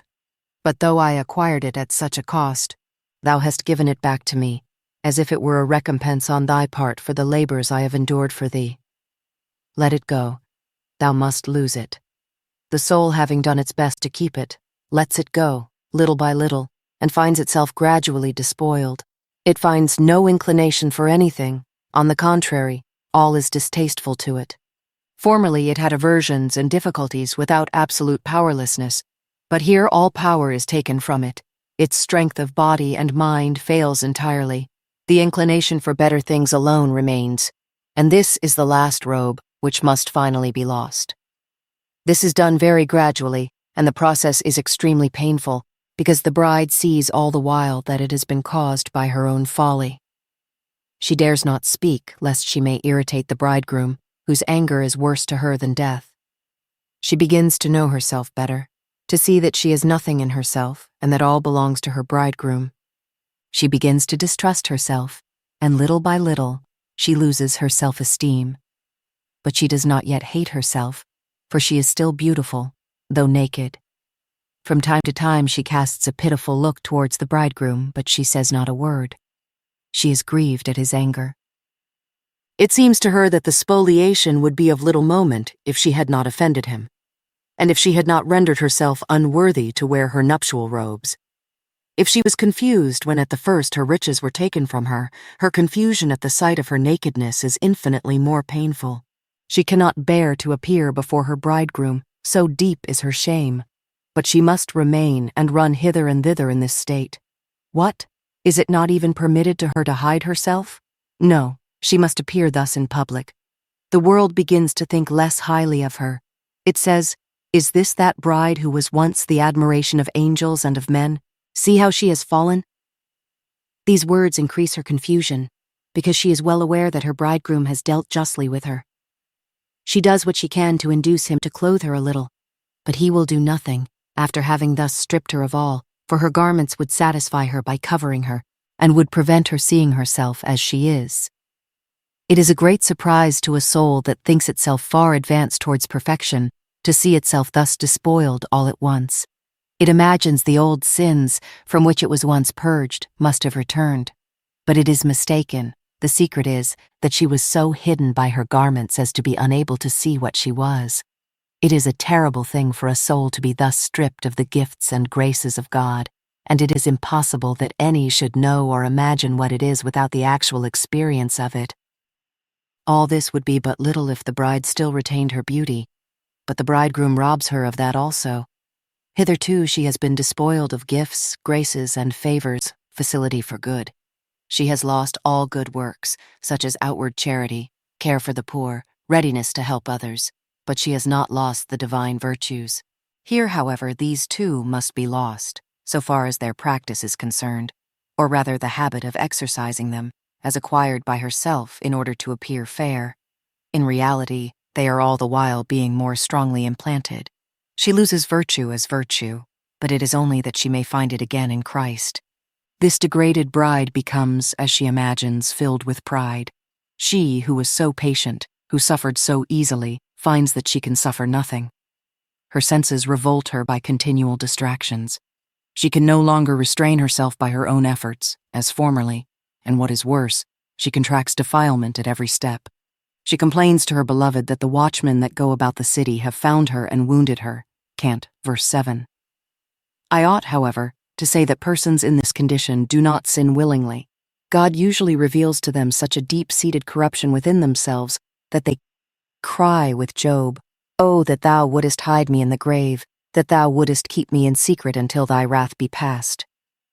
Job 14:13. It must not be supposed that either here or at any other stage of progress God suffers the soul really to fall into sin, and so truly is this the case, that though they appear in their own eyes the most miserable sinners, yet they can discover no definite sin of which they are guilty, and only accuse themselves of being full of misery and of having only sentiments contrary to their desires. It is to the glory of God that when He makes the soul most deeply conscious of its inward corruption, He does not permit it to fall into sin. What makes its sorrow so terrible is that it is overwhelmed with a sense of the purity of God, and that purity makes the smallest imperfection appear as a heinous sin, because of the infinite distance between the purity of God and the impurity of the creature. The soul sees that it was originally created pure by God, and that it has contracted not only the original sin of Adam, but thousands of actual sins, so that its confusion is greater than can be expressed. The reason why Christians in this condition are despised by others is not to be found in any particular faults which are observed in them, but because, as they no longer manifest the same ardor and fidelity which formerly distinguished them, the greatness of their fall is judged from this, which is a great mistake. Let this serve to explain or modify any statements or representations in the sequel, which may appear to be expressed too strongly, and which those who do not understand the experience might be liable to misinterpret. Observe also that when I speak of corruption, of decay, etc., I mean the destruction of the old man by the central conviction and by an intimate experience of the depth of impurity and selfishness which there is in the heart of man, which, bringing him to see himself as he is apart from God, causes him to cry with David, "I am a worm and no man," Psalm 22:6, and with Job, "If I wash myself with snow water, and make my hands never so clean, yet shalt thou plunge me in the ditch, and mine own clothes shall abhor me." Job 9:30-31. It is not, then, that this poor bride commits the faults of which she imagines herself guilty, for in heart she was never purer than now, but her senses and natural powers, particularly the senses, being unsupported, wander away. Besides which, as the speed of her course towards God redoubles, and she forgets herself more, it is not to be wondered at that in running she soils herself in the muddy places through which she passes, and as all her attention is directed towards her beloved, although she does not perceive it by reason of her own condition, she thinks no more of herself and does not notice where she steps. So that, while believing herself most guilty, she does not willingly commit a single sin. Though all her sins appear voluntary to herself, they are rather faults of surprise, which often she does not see until after they are committed. She cries to her bridegroom, but he does not heed her, at least not perceptibly, though he sustains her with an invisible hand. Sometimes she tries to do better, but then she becomes worse. For the design of her bridegroom in letting her fall without wounding herself, Psalm 37:24, is that she should lean no longer on herself, that she should recognize her helplessness, that she should sink into complete self-despair, and that she should say, "My soul chooseth death rather than life," Job 7:15. It is here that the soul begins truly to hate itself and to know itself as it would never have done if it had not passed through this experience. All our natural knowledge of self, whatever may be its degree, is not sufficient to cause us really to hate ourselves. He that loveth his life shall lose it, and he that hateth his life in this world shall keep it unto life eternal. John 12:25. It is only such an experience as this which can reveal to the soul its infinite depth of misery. No other way can give true purity. If it give any at all, it is only superficial, and not in the depth of the heart, where the impurity is seated. Here, God searches the inmost recesses of the soul for that hidden impurity which is the effect of the self-esteem and self-love which he designs to destroy. Take a sponge which is full of impurities. Wash it as much as you will clean the outside, but you will not render it clean throughout unless you press it, in order to squeeze out all the filth. This is what God does. He squeezes the soul in a painful manner, but he brings out from it that which was the most deeply hidden. I say then that this is the only way in which we can be purified radically, and without it we should always be filthy, though outwardly we might appear very clean. It is necessary that God should make the soul thoroughly sensible of its condition. We could never believe, without the experience, of what nature left to itself is capable. Yes, indeed, our own being, abandoned to itself, is worse than all devils. Therefore, we must not believe that the soul in this state of misery is abandoned by God. It was never better sustained, but nature is, as it were, left a little alone, and makes all these ravages without the soul in itself taking any part in them. This poor, desolate bride, running hither and thither in search of her beloved, not only soils herself grievously, as I have said, by falling into faults of surprise and self-esteem, but she wounds herself with the thorns that come in her way. She becomes so wearied at length that she is forced to die in her race for want of help. That is, to expect nothing from herself or her own activity. That which is productive of the highest good to the soul in this condition is that God manifests no pity towards it, and when he desires to promote its advancement, he lets it run even to death. If he stops it for a moment, by doing which he ravishes and revives it, it is because of its weakness, and in order that its weariness may not compel it to rest. When he sees that it is becoming disheartened and inclined to give up the race altogether, he looks upon it for a moment, and the poor bride finds herself wounded anew by this look. She would willingly say to him, "Alas, why hast thou thus compelled me to run? Oh, that I could find thee, and see thee face to face." But alas, when she seems to lay hold of him, he flees from her again. "I sought thee," she cries, "but I found thee not." Canticles 3:1. As this look from her bridegroom has increased her love, she redoubles her speed in order to find him. Nevertheless, she was delayed just so long as the look lasted, that is, insensible joy. This is why the bridegroom does not often cast such looks upon her, and only when he sees that her courage is failing. The soul then dies at the end of its race because all its active strength is exhausted, for though it had been passive, it had not lost its active strength, though it had been unconscious of it. The bride said, "Draw me, we will run after thee." Canticles 1:3. She ran indeed, but how? By the loss of all, as the sun travels incessantly, yet without quitting his repose. In this condition she so hates herself that she can hardly suffer herself. She thinks her bridegroom has good reason to treat her as he does, and that it is his indignation against her which makes him leave her. She does not see that it is in order to make her run that he flees, that it is in order that he may purify her that he suffers her to become so soiled. When we put iron in the fire, to purify it and to purge it from its dross, it appears at first to be tarnished and blackened, but afterwards it is easy to see that it has been purified. Christ only makes his bride experience her own weakness, that she may lose all strength and all support in herself, and that, in her self-despair, he may carry her in his arms, and she may be willing to be thus born. For whatever her course may be, she walks as a child. But when she is in God and is born by him, her progress is infinite, since it is that of God himself. In addition to all this degradation, the bride sees others adorned with her spoils. When she sees a holy soul, she dare not approach it. She sees it adorned with all the ornaments which her bridegroom has taken from her. But though she admires it and sinks into the depths of nothingness, she cannot desire to have these ornaments again, so conscious is she of her unworthiness to wear them. She thinks it would be a profanation to put them upon a person so covered with mud and defilement. She even rejoices to see that, if she fills her beloved with horror, there are others in whom he can take delight, and whom she regards as infinitely happy in having gained the love of her God.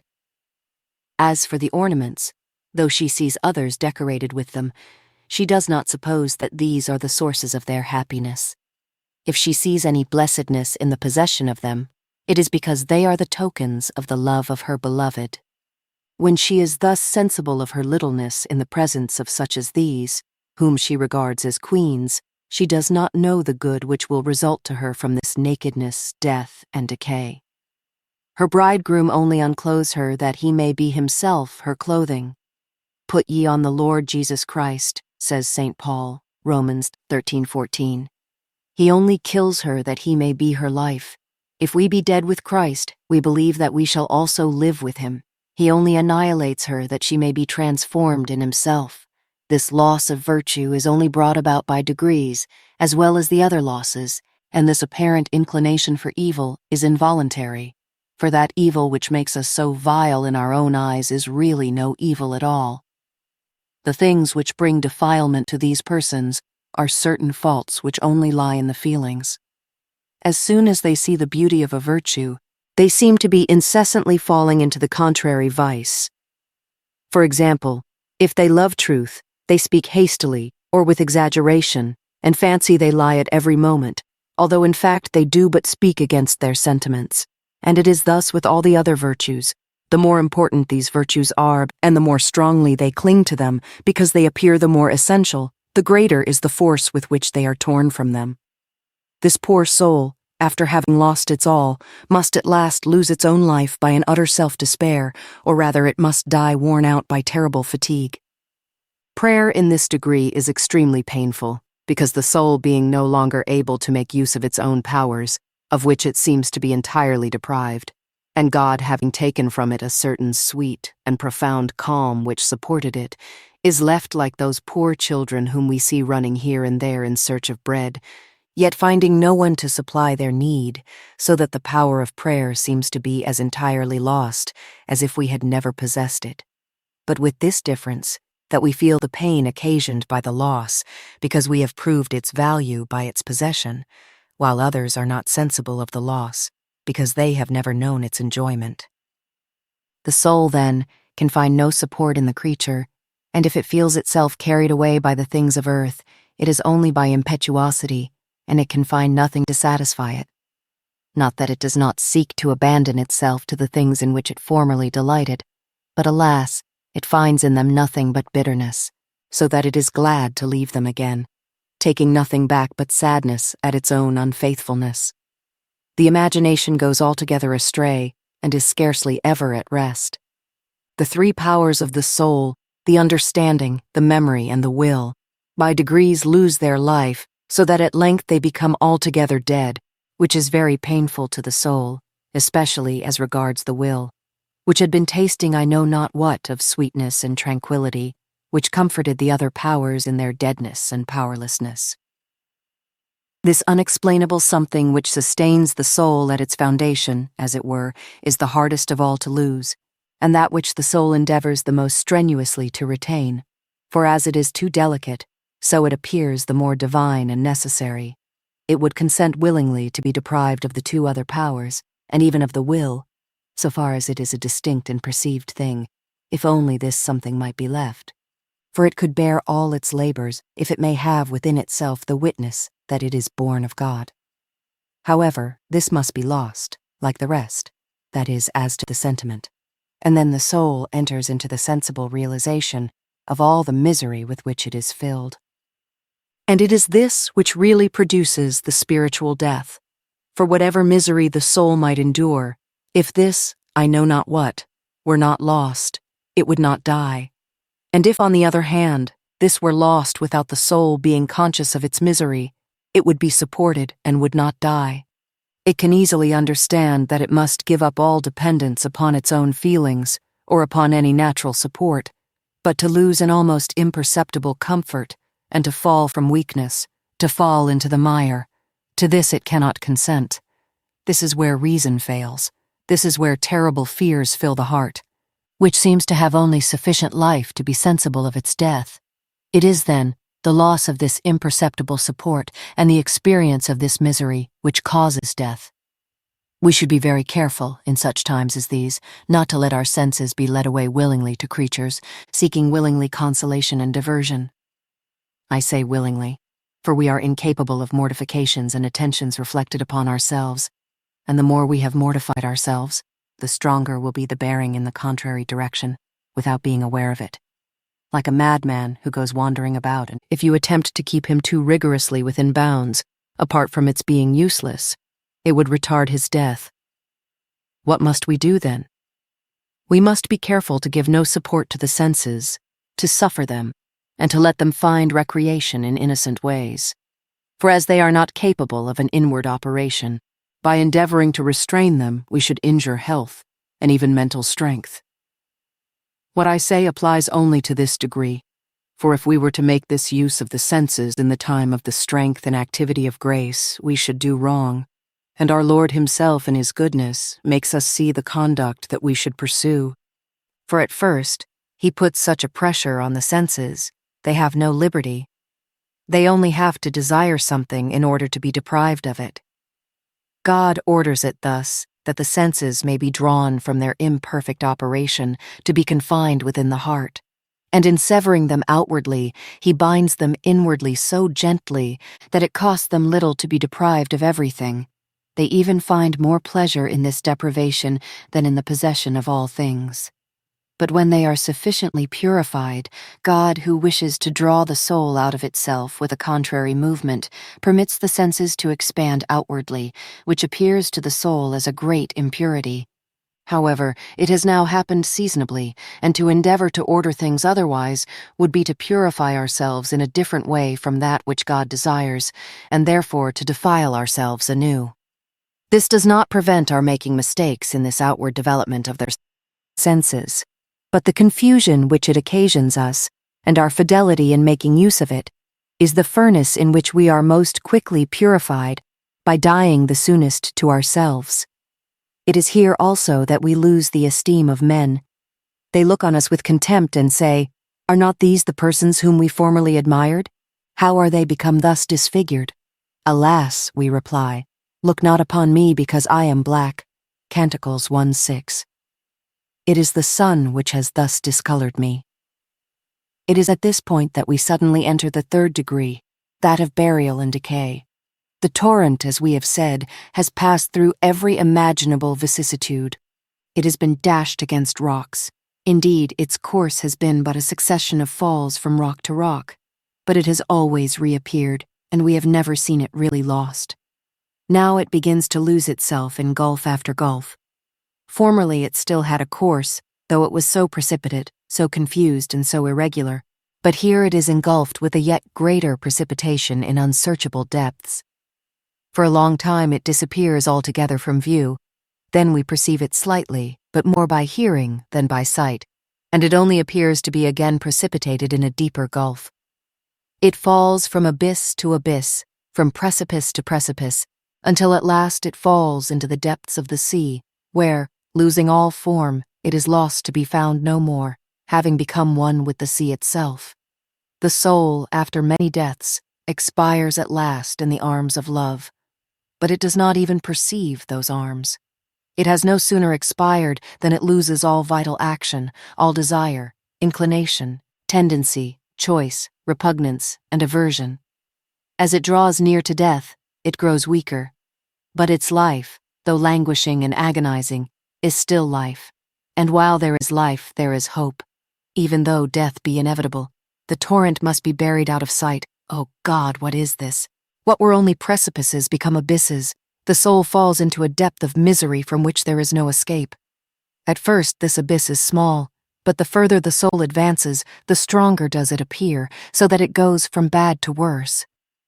For it is to be remarked that when we first enter a degree, there clings to us much that we have brought in with us, and at the end, we already begin to feel symptoms of that which is to come. It is also noticeable that each degree contains within it an infinitude of others. A man, after his death and before his burial, is still among the living. He still has the face of a man, though he is an object of terror.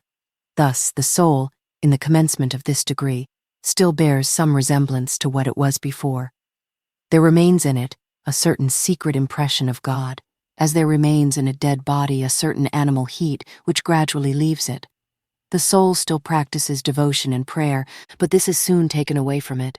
It must lose not only all prayer, every gift of God, but God himself to all appearance, that is, so far as he was possessed selfishly by the ego, and not lose him for 1, 2, or 3 years, but forever. All facility for good, all active virtue are taken from it. It is left naked and despoiled of everything. The world, which formerly esteemed it so much, begins to fear it. Yet it is no visible sin which produces the contempt of men, but a powerlessness to practice its former good works with the same facility. Formerly whole days were spent in the visitation of the sick, often even against natural inclination. Such works as these can be practiced no longer. The soul will soon be in an entire oblivion. Little by little, it loses everything in such a degree that it is altogether impoverished. The world tramples it underfoot and thinks no more of it. O poor soul, thou must see thyself treated thus, and see it with terror, without being able to prevent it. It must suffer itself to be buried, covered with earth and trodden underfoot by all men. It is here that heavy crosses are borne, and all the heavier that they are believed to be merited. The soul begins to have a horror of itself. God casts it so far off that he seems determined to abandon it forever. Poor soul, thou must be patient and remain in thy sepulchre. It is content to remain there, though in terrible suffering, because it sees no way of escape from it. And it sees, too, that it is its only fit place, all others being even sadder to it. It flees from men, knowing that they regard it with aversion.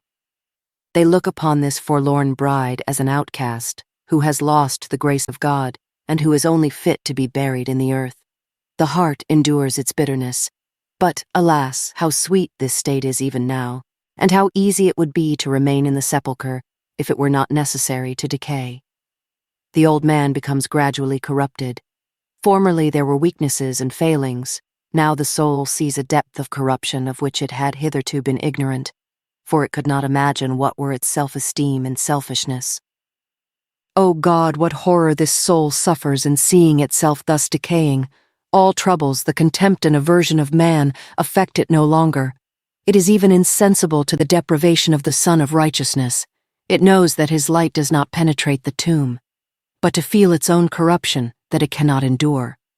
What would it not rather suffer? But it must experience, to the very depths of its being, what it is. And yet, if I could decay without being seen by God, I should be content. What troubles me is the horror which I must cause him by the sight of my corruption. But poor desolate one, what canst thou do? It should suffice thee, one would think, to bear this corruption, without loving it. But now thou art not even sure that thou dost not desire it. The soul is in darkness, without being able to judge whether its terrible thoughts proceed from itself or from the evil one. It is no longer troubled at being cast off by God. It is so conscious of its demerit that it consents to the deprivation of the sensible presence of God. But it cannot endure the thought that the taint of its corruption reaches even to God. It does not wish to sin. Let me decay, is its cry, and find my home in the depths of hell, if only I may be kept free from sin. It no longer thinks of love, for it believes itself to be incapable of affection. It is, in its own opinion, worse than when it was in a state of nature, since it is in the state of corruption usual to the body deprived of life. At length, by degrees, the soul becomes accustomed to its corruption. It feels it less, and finds it natural, except at certain times, when it is tried by various temptations, whose terrible impressions cause it much anguish. Ah, poor torrent! Wast thou not better off on the mountain top than here? Thou hadst then some slight corruption, and it is true. But now, though thou flowest rapidly and nothing can stop thee, thou passest through such filthy places, so tainted with sulphur and saltpetre, that thou bearest away their odours with thee. At last, the soul is reduced to a state of nothingness, and has become like a person who does not exist, and never will exist. It does nothing, either good or ill.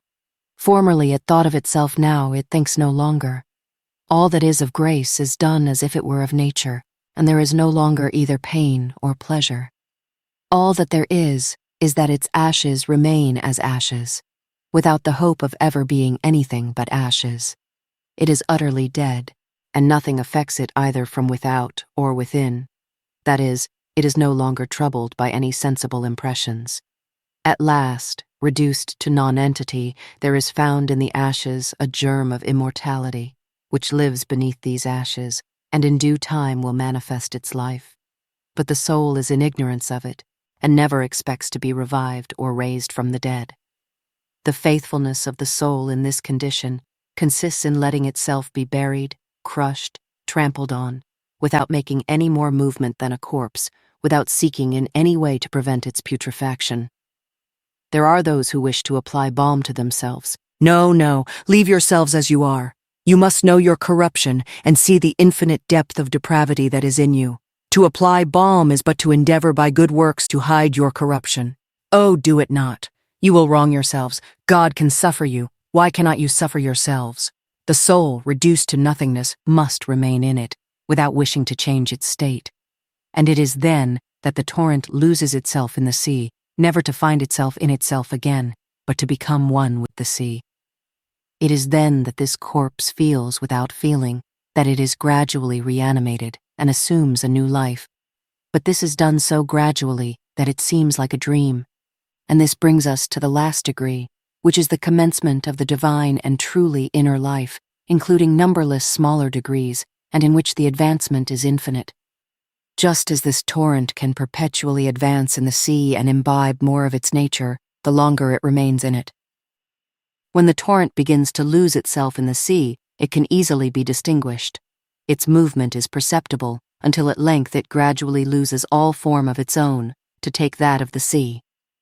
So the soul, leaving this degree and beginning to lose itself, yet retains something of its own, but in a short time it loses all that it had peculiar to itself.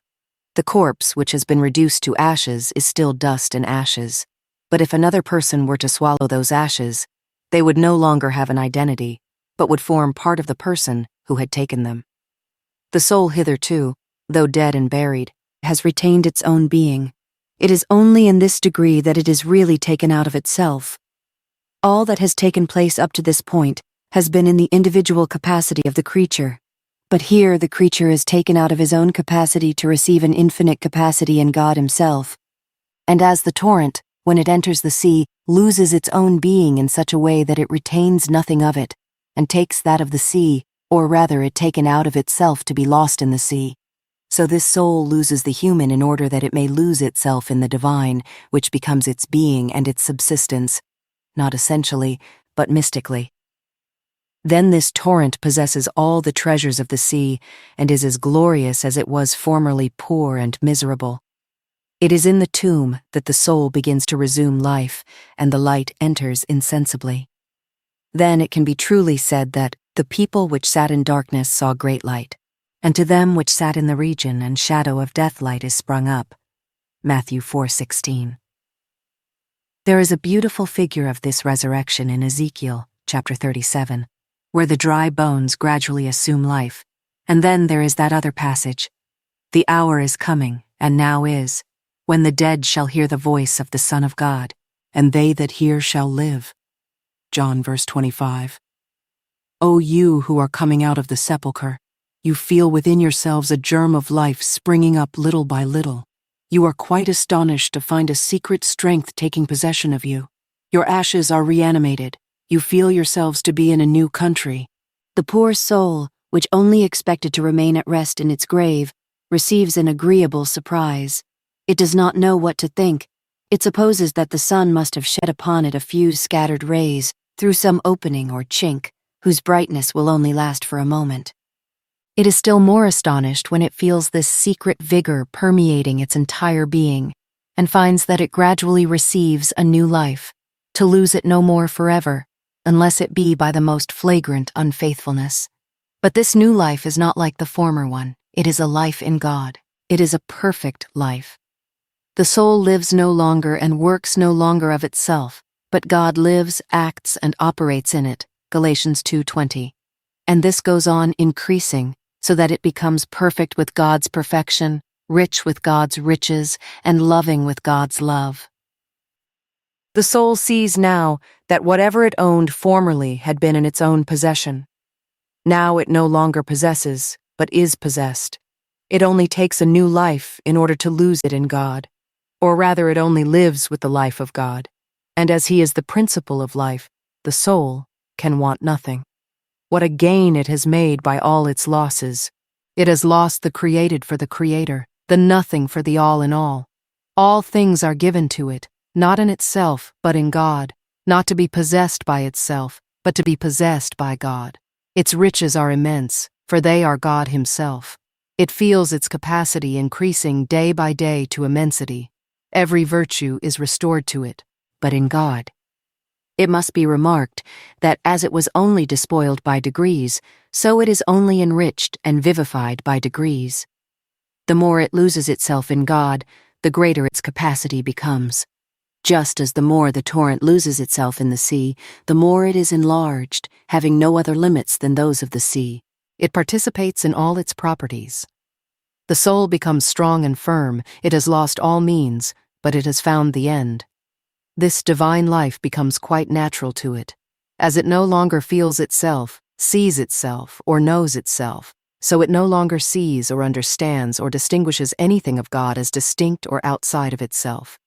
It is no longer conscious of love or light or knowledge, it only knows that God is, and that it no longer lives except in God.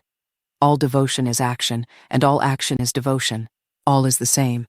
The soul is indifferent to all, for all is equally God. Formerly, it was necessary to exercise virtue in order to perform virtuous works. Here all distinction of action is taken away, the actions having no virtue in themselves, but all being God, the meanest action equally with the greatest, provided it is in the order of God and at his time. For all that might be of the natural choice, and not in this order, would have another effect, leading the soul out of God by unfaithfulness. Not that it would be brought out of its degree or its loss, but out of the divine plan, which makes all things one and all things God. So the soul is indifferent as to whether it be in one state or another, in one place or another, all is the same to it, and it lets itself be carried along naturally. It ceases to think, to wish, or to choose for itself, but remains content without care or anxiety, no longer distinguishing its inner life to speak of it. Indeed, it may be said not to possess one. It is no longer in itself. It is all in God. It is not necessary for it to shut itself up within itself. It does not hope to find anything there, and does not seek for it.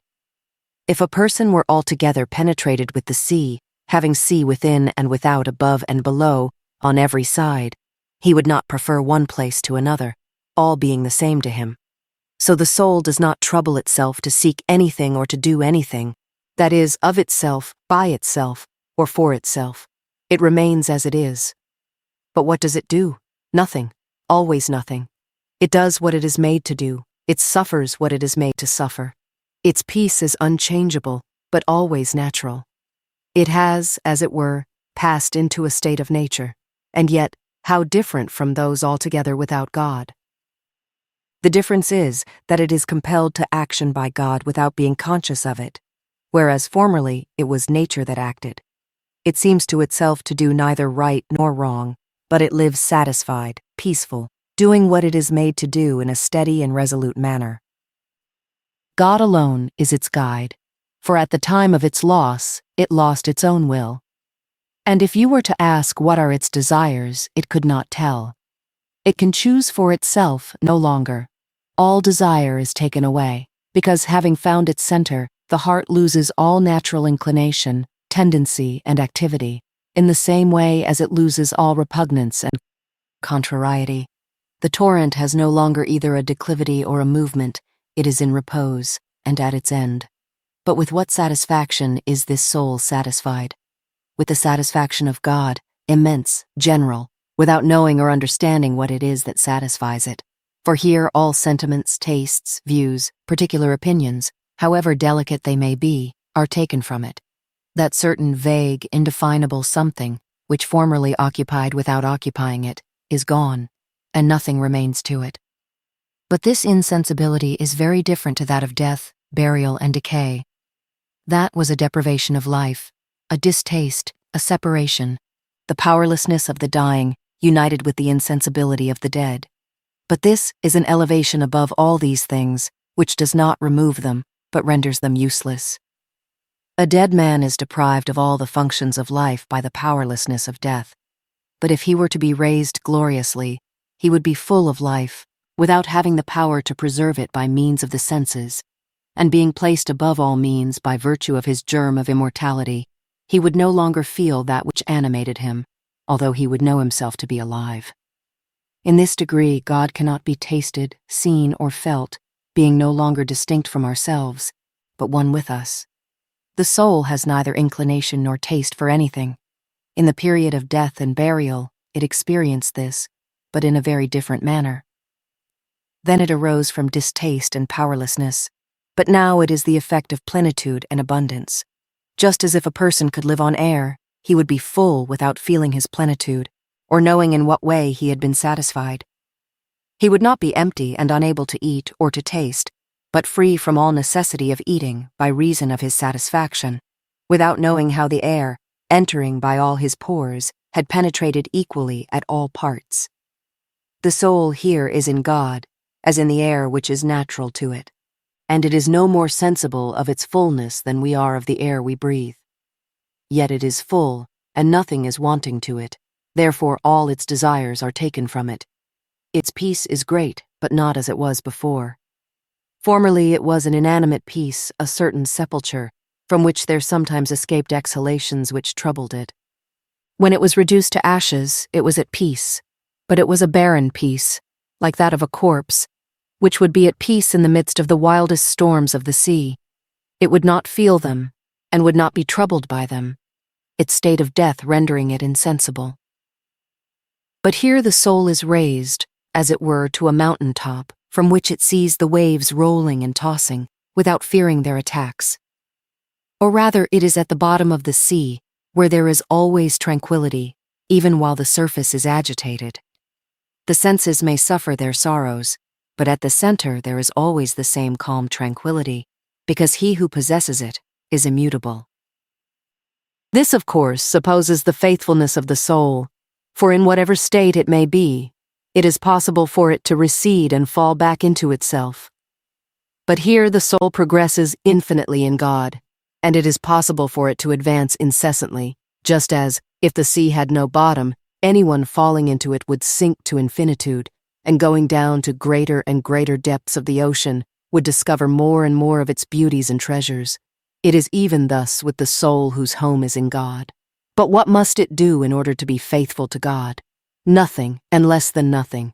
It must simply suffer itself to be possessed, acted upon, and moved without resistance, remaining in the state which is natural to it, waiting for what every moment may bring to it, and receiving it from him, without either adding to or taking from it, letting itself be led at all times and to any place, regardless of sight or reason, and without thinking of either, letting itself go naturally into all things, without considering what would be best or most plausible, remaining in the state of evenness and stability in which God has placed it, without being troubled to do anything, but leaving to God the care of providing its opportunities, and of doing all for it, not making definite acts of abandonment, but simply resting in the state of abandonment in which it already is, and which is natural to it. The soul is unable to act in any way of itself without a consciousness of unfaithfulness. It possesses all things by having nothing. It finds a facility for every duty, for speaking and for acting, no longer in its own way but in God's. Its faithfulness does not consist in ceasing from all activity, like one who is dead, but in doing nothing except by the principle which animates it. A soul in this state has no inclination of its own in anything, but lets itself go as it is led, and beyond that does nothing. It cannot speak of its state, for it does not see it. Though there is so much that is extraordinary, it is no longer as it was in the former degrees, where the creature had some part in it, that which was in a great measure its own. But here, the most wonderful things are perfectly natural, and are done without thought. It is the same principle that gives life to the soul which acts in it and through it. It has a sovereign power over the hearts of those around it, but not of itself. As nothing belongs to it, it can make no reserves, and if it can say nothing of a state so divine, it is not because it fears vanity, for that no longer exists. It is rather because what it has, while possessing nothing, passes all expression by its extreme simplicity and purity.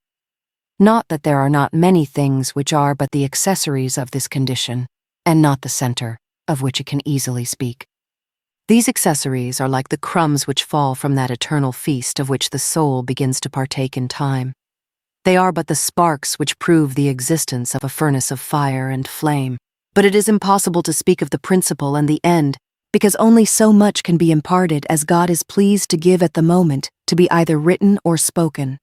It may be asked, is the soul unconscious of its faults, or does it commit none? It does commit them, and is more conscious of them than ever, especially in the commencement of its new life. The faults committed are often more subtle and delicate than formerly. The soul knows them better because its eyes are open, but it is not troubled by them, and can do nothing to rid itself of them. It is true that, when it has been guilty of unfaithfulness or sin, it is sensible of a certain cloud, but it passes over without the soul itself doing anything to dispel it or to cleanse itself. Apart from which, any efforts it might make would be useless and would only serve to increase its impurity, so that it would be deeply sensible that the second stain was worse than the first.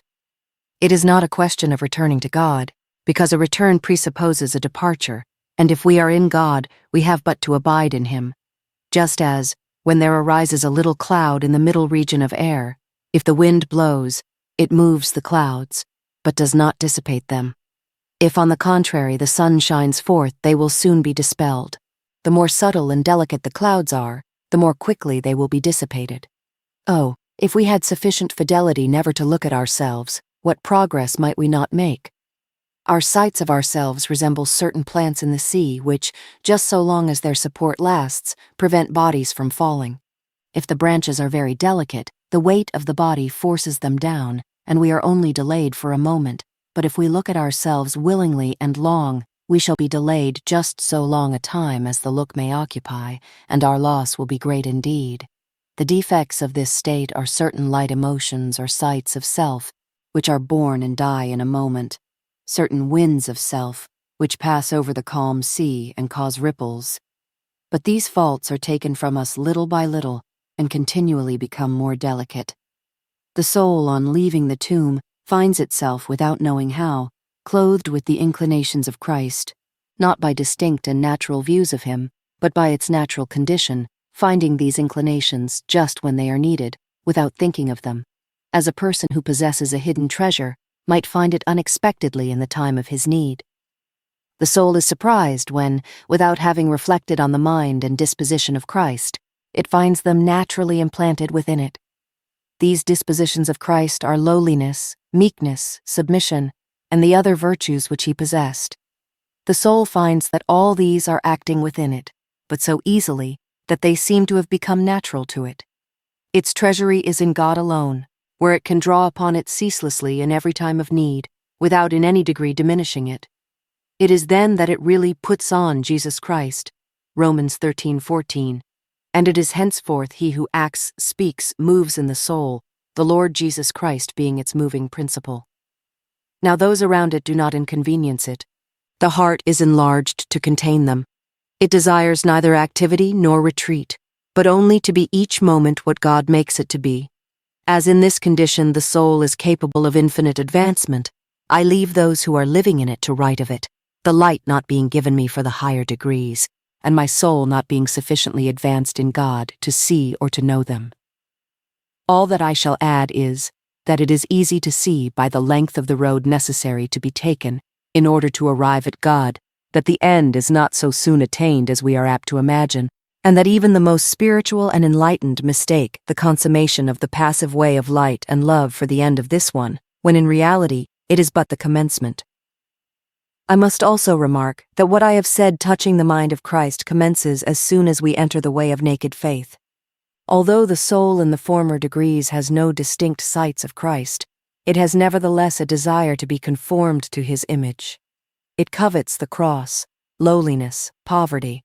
Then this desire is lost, and there remains a secret inclination for the same things, which continually deepens and simplifies, becoming every day more intimate and more hidden. But here the mind of Christ is the mind of the soul, natural and habitual to it, as something no longer distinct from itself, but as its own being and its own life. Christ exercising it without going out of the soul, and the soul exercising it with Him, in Him, without going out of Him, not like something distinct which it knows, sees, attempts, practices, but as that which is natural to it.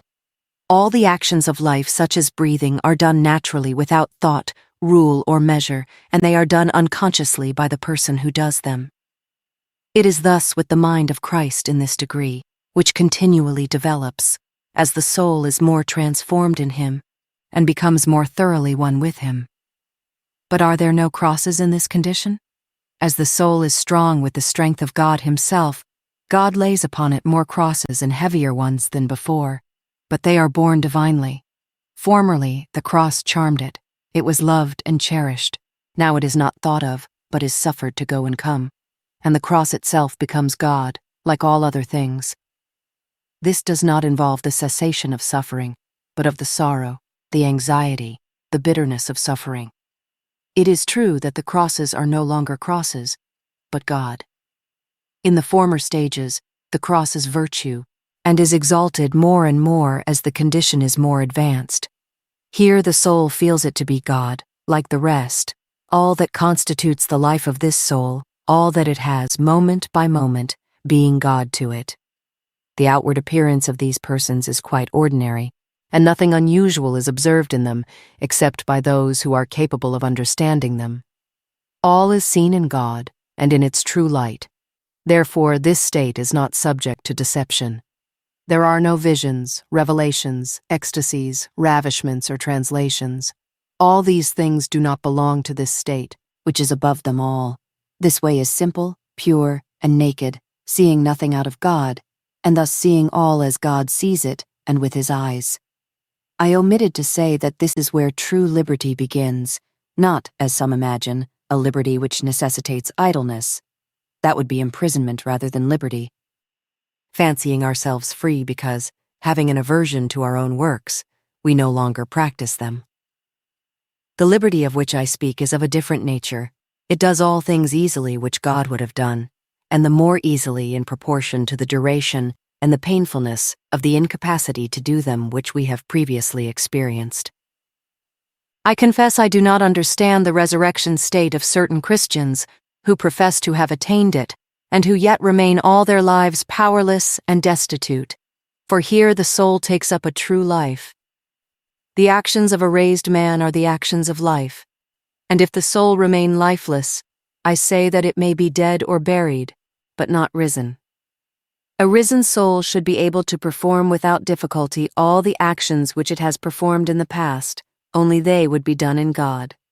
Did not Lazarus, after his resurrection, exercise all the functions of life as formerly, and Jesus Christ, after his resurrection, was willing to eat and to converse with men?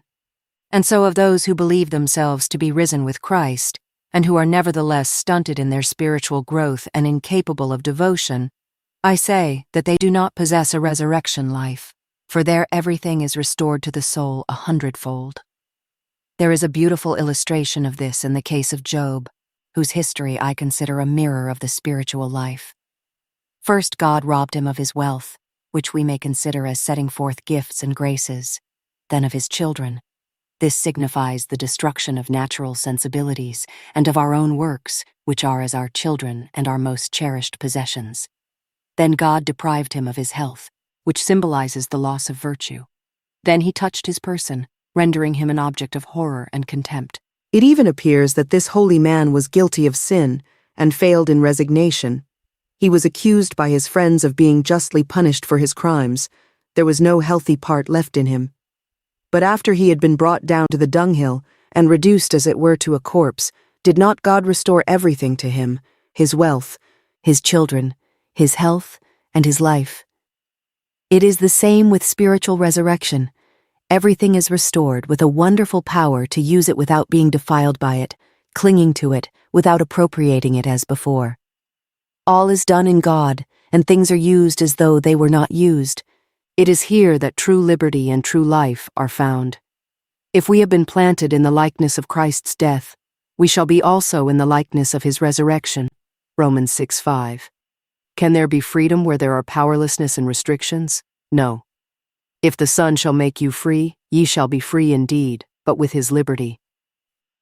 This is where true liberty begins.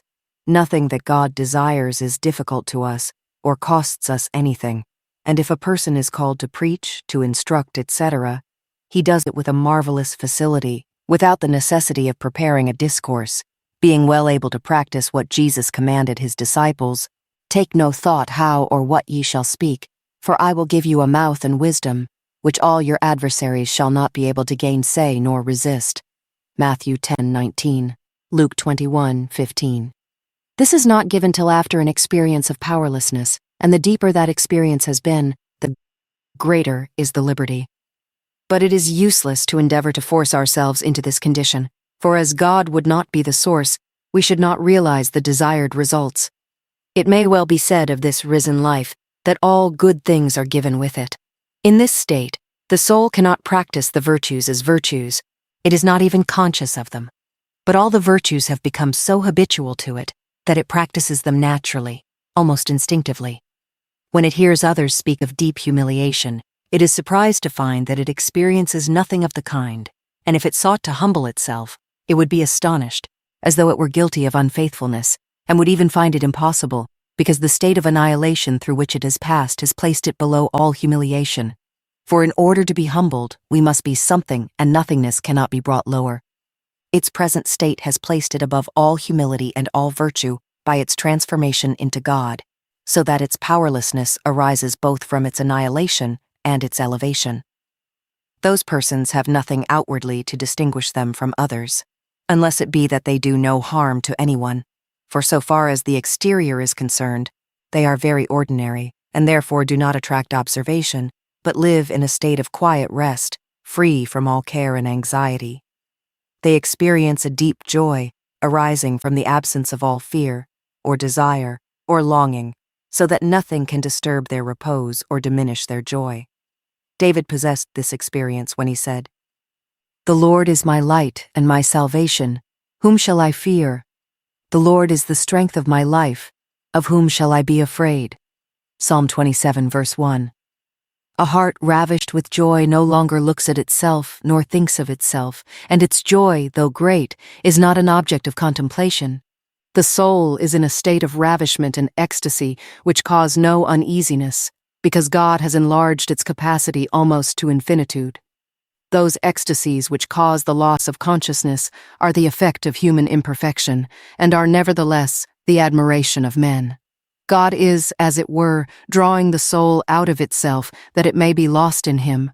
But as it has neither sufficient purity nor strength to bear the process, it becomes necessary either that God should cease thus to draw it, which involves the cessation of the ecstasy, or that nature should succumb and die, which not unfrequently happens.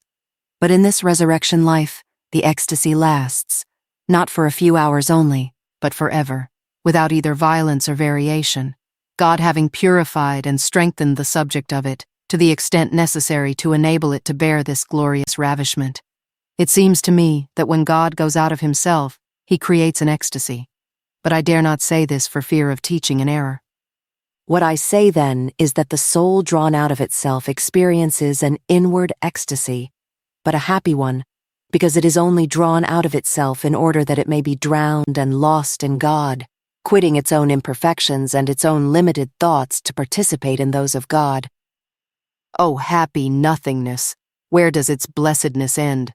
O poverty-stricken weary ones, how well ye are recompensed! O unutterable happiness! O soul, what a gain thou hast made in exchange for all thy losses! Couldst thou have believed when thou wast lying in the dust that what caused thee so much horror could have procured thee so great a happiness as that which thou now possessest? If it had been told thee, thou couldst not have credited it. Learn now by thine own experience how good it is to trust in God, and that those who put their confidence in him shall never be confounded. O abandonment! What gladness canst thou impart to the soul, and what progress it might have made if it had found thee at first? From how much weariness it might have been delivered if it had known how to let God work. But alas, men are not willing to abandon themselves and to trust only in God. Even those who appear to do it, and who think themselves well established in it, are only abandoned in imagination and not in reality. They are willing to abandon themselves in one thing and not in another. They wish to compromise with God and to place a limit to what they will permit him to do. They want to give themselves up, but on such and such conditions. No, this is not abandonment. An entire and total abandonment accepts nothing, keeps back nothing, neither death nor life nor perfection nor salvation nor heaven nor hell. O poor souls, give yourselves up utterly in this abandonment. You will get only happiness and blessing from it. Walk boldly on this stormy sea, relying on the word of Jesus, who has promised to take upon himself the care of all those who will lose their own life and abandon themselves to him. But if you sink like Peter, ascribe it to the weakness of your faith. If we had the faith calmly and without hesitation to face all dangers, what good should we not receive? What do you fear, trembling heart? You fear to lose yourself. Alas, for all that you are worth, what would that matter? Yes, you will lose yourself if you have strength to abandon yourself to God, but you will be lost in Him. Oh, happy loss! I do not know how sufficiently to repeat it. Why can I not persuade everyone to make this abandonment? And why do men preach anything less? Alas, men are so blind that they regard all this as folly, as something fit for women and weak minds. But for great minds it is too mean. They must guide themselves by their own meager share of wisdom. This path is unknown to them, because they are wise and prudent in themselves, but it is revealed to babes who can suffer self to be annihilated, and who are willing to be moved by God at His pleasure, leaving Him to do with them as He will, without resistance, without considering what others will say. Oh, how difficult it is to this proper prudence to become nothing both in its own eyes and in the sight of others. Men say that their one object in life is to glorify God, while it is really their own glorification. But to be willing to be nothing in the sight of God, to live in an entire abandonment, in utter self-despair, to give themselves to Him when they are the most discouraged, to leave themselves in His hands, and not to look at self when they are on the very edge of the abyss. It is this that is so rare, and it is this which constitutes perfect abandonment. There sometimes occur in this life wonderful manifestations to the natural senses, but this is not usual. It is like Christ on the Mount of Transfiguration. The soul, having attained a divine state, is, as I have already said, an immovable rock, proof against all blows or shocks, unless it be when the Lord desires it to do something contrary to custom. Then, if it does not yield to His first promptings, it has to suffer the pain of a constraint to which it can offer no resistance, and is compelled by a violence which cannot be explained to obey His will. It is impossible to tell the strange proofs to which God subjects the hearts which are perfectly abandoned, and which offer no resistance to Him in anything, neither, if I could speak of them, should I be understood. All that I can say is that He does not leave them the shadow of anything that could be named, either in God or out of God. And He so raises them above all by the loss of all, that nothing less than God Himself, either in earth or heaven, can stop them. Nothing can harm them, because there is no longer anything hurtful for them, by reason of their union with God, which, in associating with sinners, contracts no defilement because of its essential purity. This is more real than I can express. The soul participates in the purity of God, or rather all natural purity having been annihilated. The purity of God alone exists in its nothingness, but so truly that the heart is in perfect ignorance of evil and powerless to commit it, which does not, however, prevent the possibility of its falling.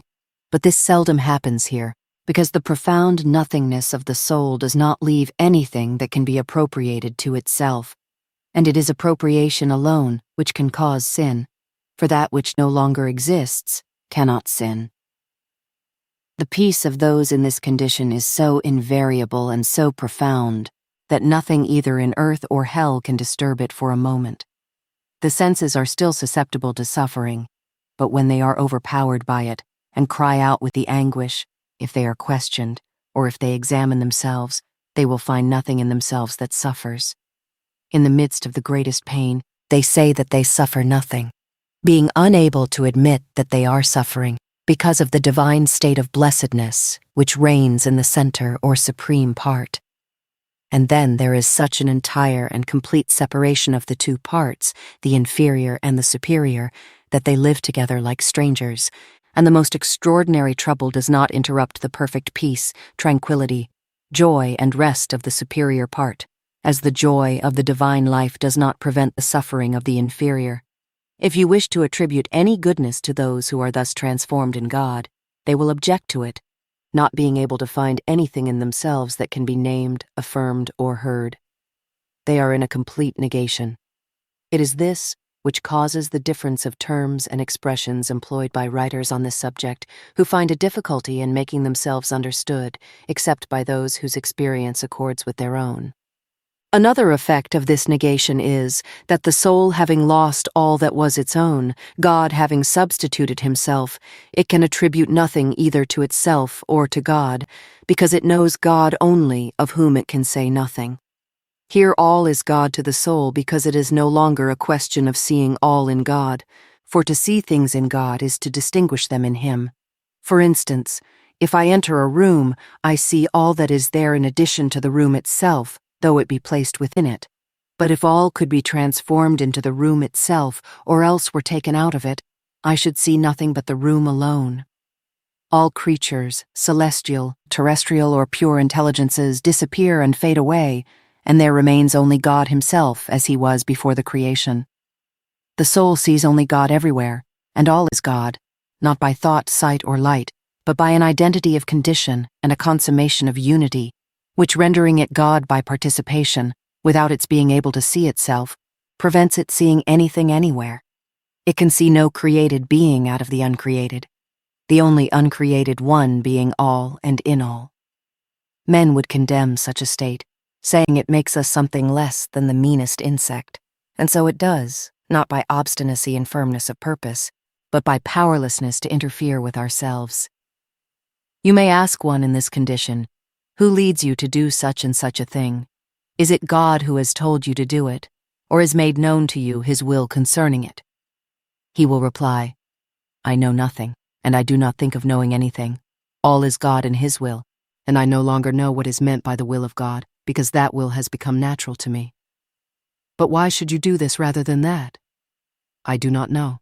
I let myself be guided by him who draws me. Why so? He draws me because I, being no longer anything, am carried along with God and am drawn by him alone. He goes hither and thither. He acts, and I am but an instrument, which I neither see nor regard. I have no longer a separate interest, because by the loss of myself I have lost all self-interest. Neither am I capable of giving any reason for my conduct, for I no longer have a conduct. Yet I act infallibly so long as I have no other principle than that of the infallible one. And this blind abandonment is the permanent condition of the soul of which I speak, because having become one with God, it can see nothing but God, for having lost all separateness, self-possession, and distinction, it can no longer be abandoning itself, because in order to abandon ourselves, we must do something and have the power of disposing of ourselves. The soul is in this condition, hidden with Christ in God, Colossians 3:3. Mingled with him, as the river of which we have spoken is mingled with the sea, so that it can be separated no more. It has the ebb and flow of the sea, no longer by choice, will, and liberty, but by nature. The immense sea having absorbed its shallow limited waters, it participates in all the movements of the sea. It is the sea which bears it, and yet it is not borne, since it has lost its own being, and having no other motion than that of the sea, it acts as the sea acts. Not because it naturally possesses the same qualities, but because, having lost all its natural qualities, it has no others but those of the sea, without having the power of ever being anything but sea. It is not, as I have said, that it does not so retain its own nature, that, if God so willed it, in a moment it could be separated from the sea. But he does not do this. Neither does it lose the nature of the creature, and God could, if he pleased, cast it off from his divine bosom. But he does not do it, and the creature acts as it were divinely. But it will be said that by this theory I deprive man of his liberty. Not so. He is no longer free except by an excess of liberty, because he has lost freely all created liberty. He participates in the uncreated freedom, which is not contracted, bounded, limited by anything, and the soul's liberty is so great, so broad, that the whole earth appears to it as a speck, to which it is not confined. It is free to do all and to do nothing. There is no state or condition to which it cannot accommodate itself. It can do all things and yet takes no part in them. O glorious state, who can describe thee, and what hast thou to fear or to apprehend? O Paul, thou couldst say, who shall separate us from the love of Christ?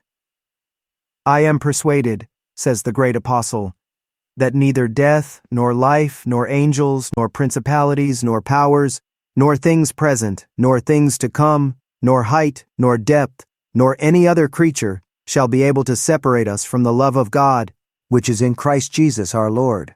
Romans 8:35, 38, 39. Now these words, I am persuaded, exclude all doubt. But what was the foundation of Paul's assurance? It was in the infallibility of God alone. The epistles of this great apostle, this mystical teacher, are often read, but seldom understood. Yet all the mystic way, its commencement, its progress, its end, are described by St. Paul, and even the divine life. But few are able to understand it, and those to whom the light is given see it all there clearer than the day.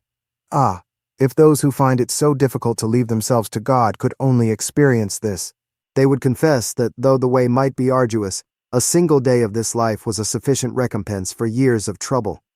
But by what means does God bring the soul here? By ways altogether opposed to natural wisdom and imagination. He builds up by casting down, he gives life by killing. Oh, if I could tell what he does, and the strange means which he uses to bring us here. But silence. Men are not able to hear it. Those who have experienced it know what it is. Here there is no need of place or time. All is alike, all places are good, and wherever the order of God may take us, it is well. Because all means are useless and infinitely surpassed. When we have reached the end, there is nothing left to wish for. Here all is God. God is everywhere and in everything, and therefore to the soul all is the same. Its religion is God himself, always the same, never interrupted. And if sometimes God pours some stream of his glory upon its natural powers and sensibilities, it has no effect upon the center, which is always the same. The soul is indifferent either to solitude or a crowd. It no longer looks forward to deliverance from the body in order that it may be united to God. It is now not only united, but transformed, changed into the object of its love, which causes it no longer to think of loving. For it loves God with his own love, and naturally, though not inadmissibly. A similitude occurs to my mind which appears very appropriate to this subject. It is that of grain. First it is separated from the husk, which sets forth conversion and separation from sin. When the grain is separate and pure, it must be ground, by affliction, crosses, sickness, and so on. When it is thus bruised and reduced to flour, there must still be taken from it, not that which is impure, for this is gone, but all that is coarse, that is, the brawn. And when there is nothing left but the fine flour, then it is made into bread for food.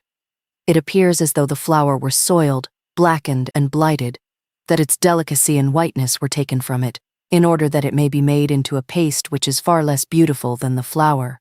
Lastly, this paste is exposed to the heat of the fire. Now this is precisely what happens to the soul of which I have been speaking. But after the bread is baked, it is fit for the mouth of the king, who not only unites it to himself by contact with it, but eats it, digests it, consumes it, and annihilates it, that it may enter into his composition and become part of himself. You will observe that though the bread has been eaten by the king, which is the greatest honor it can receive, and is its end, yet it cannot be changed into his substance unless it be annihilated by digestion, losing all its natural form and quality. Oh, how well this sets forth all the conditions of the soul, that of union being very different to that of transformation, in which the soul, in order to become one with God, transformed and changed into him, must not only be eaten but digested, that after having lost all that was its own, it may become one with God himself. That they all may be one, as thou, Father, art in me and I in thee, that they also may be one in us, I in them, and thou in me, that they may be made perfect in one. John 17:21, 23. He that is joined unto the Lord is one spirit. 1 Corinthians 6:17. This state is very little known, therefore it is not spoken of. O state of life, how narrow is the way which leadeth unto thee! O love the most pure of all, because thou art God himself! O love immense and independent, which nothing can limit or straiten! Yet these people appear quite common, as I have said, because they have nothing outwardly to distinguish them, unless it be an infinite freedom, which is often scandalized by those who are limited and confined within themselves, to whom, as they see nothing better than they have themselves, all that is different to what they possess appears evil. But the holiness of these simple and innocent ones whom they despise is a holiness incomparably more eminent than all which they consider holy, because their own works, though performed with such strictness, have no more strength than the principle in which they originate, which is always the effort, though raised and ennobled, of a weak creature. But those who are consummated in the divine union act in God by a principle of infinite strength, and thus their smallest actions are more agreeable to God than the multitude of heroic deeds achieved by others, which appear so great in the sight of men. Therefore those in this degree do not seek for great things to do, resting contented with being what God makes them at each moment. These do more, without doing anything, for the conversion of a kingdom, than 500 preachers who have not attained this condition. God sometimes, however, permits these people to be known, though not fully. Many people apply to them for instruction, to whom they communicate a vivifying principle, by means of which many more are won to Christ. But this is done, without care or anxiety, by pure providence. If people only knew the glory which is rendered to God by such as these, who are scorned by the world, they would be astonished, for it is they who render to God a glory worthy of himself, because God, acting as God within them, brings into them a glory worthy of him. Oh, how many Christians, quite seraphic in appearance, are far from this. But in this condition, as in all others, there are souls more or less divine. God hides them in his bosom and under the veil of a most common life, so that they may be known to him alone, though they are his delight. Here the secrets of God in himself and in the hearts of those in whom he dwells are revealed, not by word, sight, or light, but by the science of God, which abides in him. And when such people have to write or speak, they are themselves astonished to find that all flows from a divine center, without their having been aware that they possessed such treasures. They find themselves in a profound science, without memory or recollection, like an inestimable treasure, which is unobserved until there is a necessity for its manifestation, and it is in the manifestation to others that they find the revelation to themselves. When they write, they are astonished to find themselves writing of things with which they neither knew nor believed themselves to be acquainted, although, as they write, they cannot doubt their apprehension of them. It is not so with other Christians. Their light precedes their experience, as a person sees from afar the things which he does not possess, and describes what he has seen, known, heard, etc.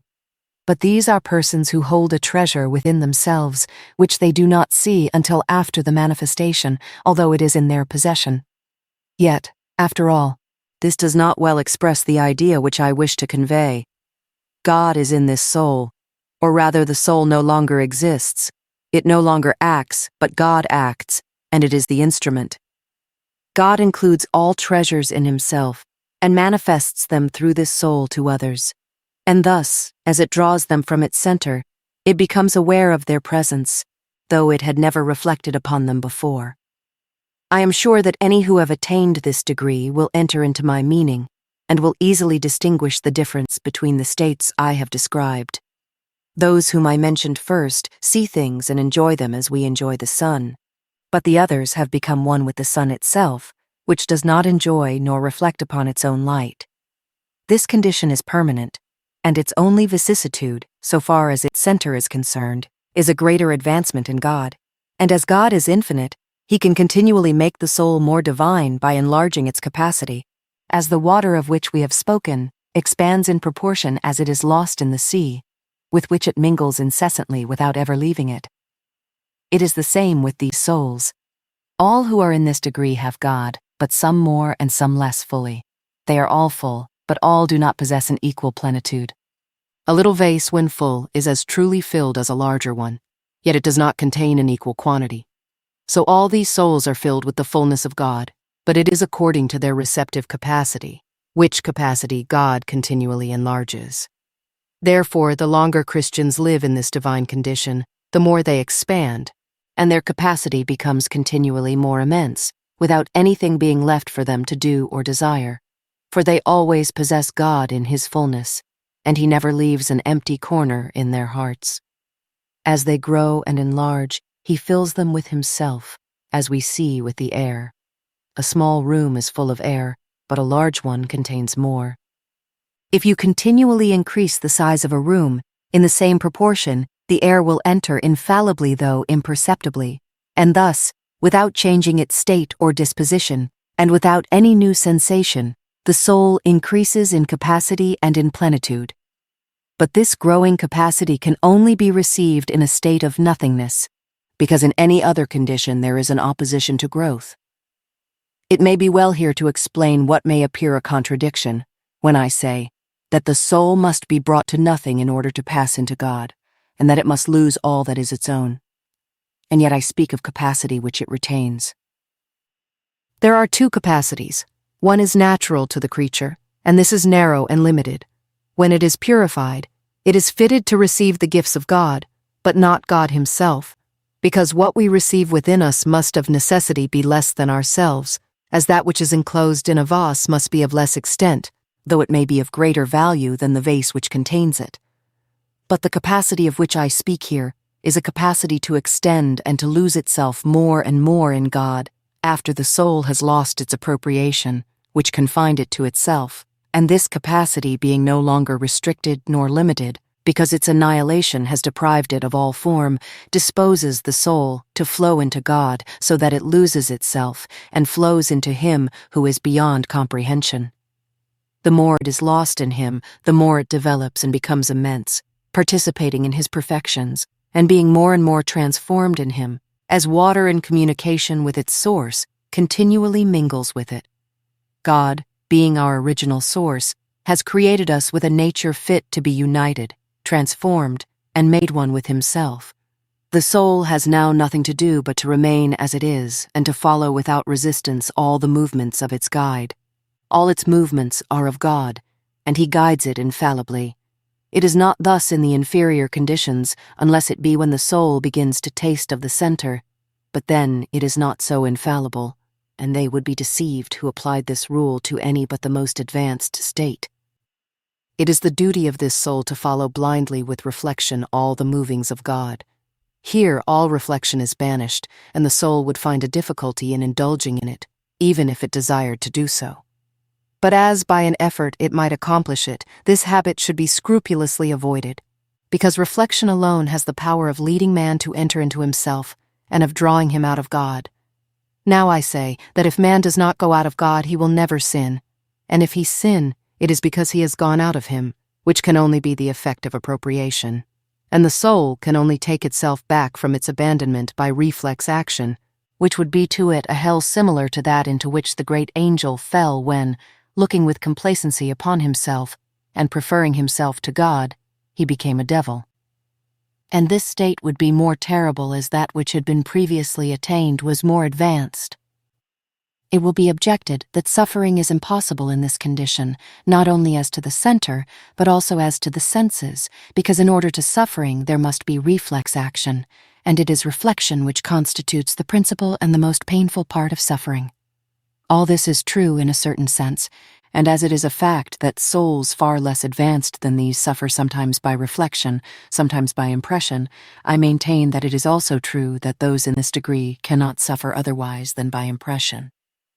This does not imply that sorrow may not be unlimited and far more intense than that which is reflected, as the burning of one brought into actual contact with fire would be much more severe than that of one who is burned by the reflection of fire. It will be said, but God can teach them by means of reflection how to suffer. God will not make use of reflection for this end. He can show them in a moment what they have to suffer by a direct view, and not by a reflected one, as those in heaven see in God that which is in Him, and that which passes out from Him to His creatures, without looking at these things or reflecting upon them, but remaining absorbed and lost in God. It is this which deceives so many spiritually minded people, who imagine that nothing can be either known or suffered but by reflection. On the contrary, this kind of knowledge and suffering is very slight compared to that which is imparted in other ways. All such suffering as can be distinguished and known, though expressed in such exaggerated terms, does not equal that of those who do not know their suffering, and cannot admit that they do suffer because of the great separation between the two parts. It is true that they suffer extreme pain. It is true that they suffer nothing, and that they are in a state of perfect contentment. I believe that if such a soul were taken to hell, it would suffer all the cruel tortures of its fate in a complete contentment, because of the beatitude of its transformed center. And this is the cause of the indifference which they feel towards all conditions. As I have said, this does not prevent their experiencing the extremity of suffering, as the extremity of suffering does not hinder their perfect happiness. Those who have experienced it will be well able to understand me. It is not here as in the passive state of love. There the soul is filled with a love of suffering and of the good pleasure of God. Here it is a loss of the will in God by a state of deification, where all is God without its being recognized as such. The soul is established by its condition in its sovereign, unchangeable good.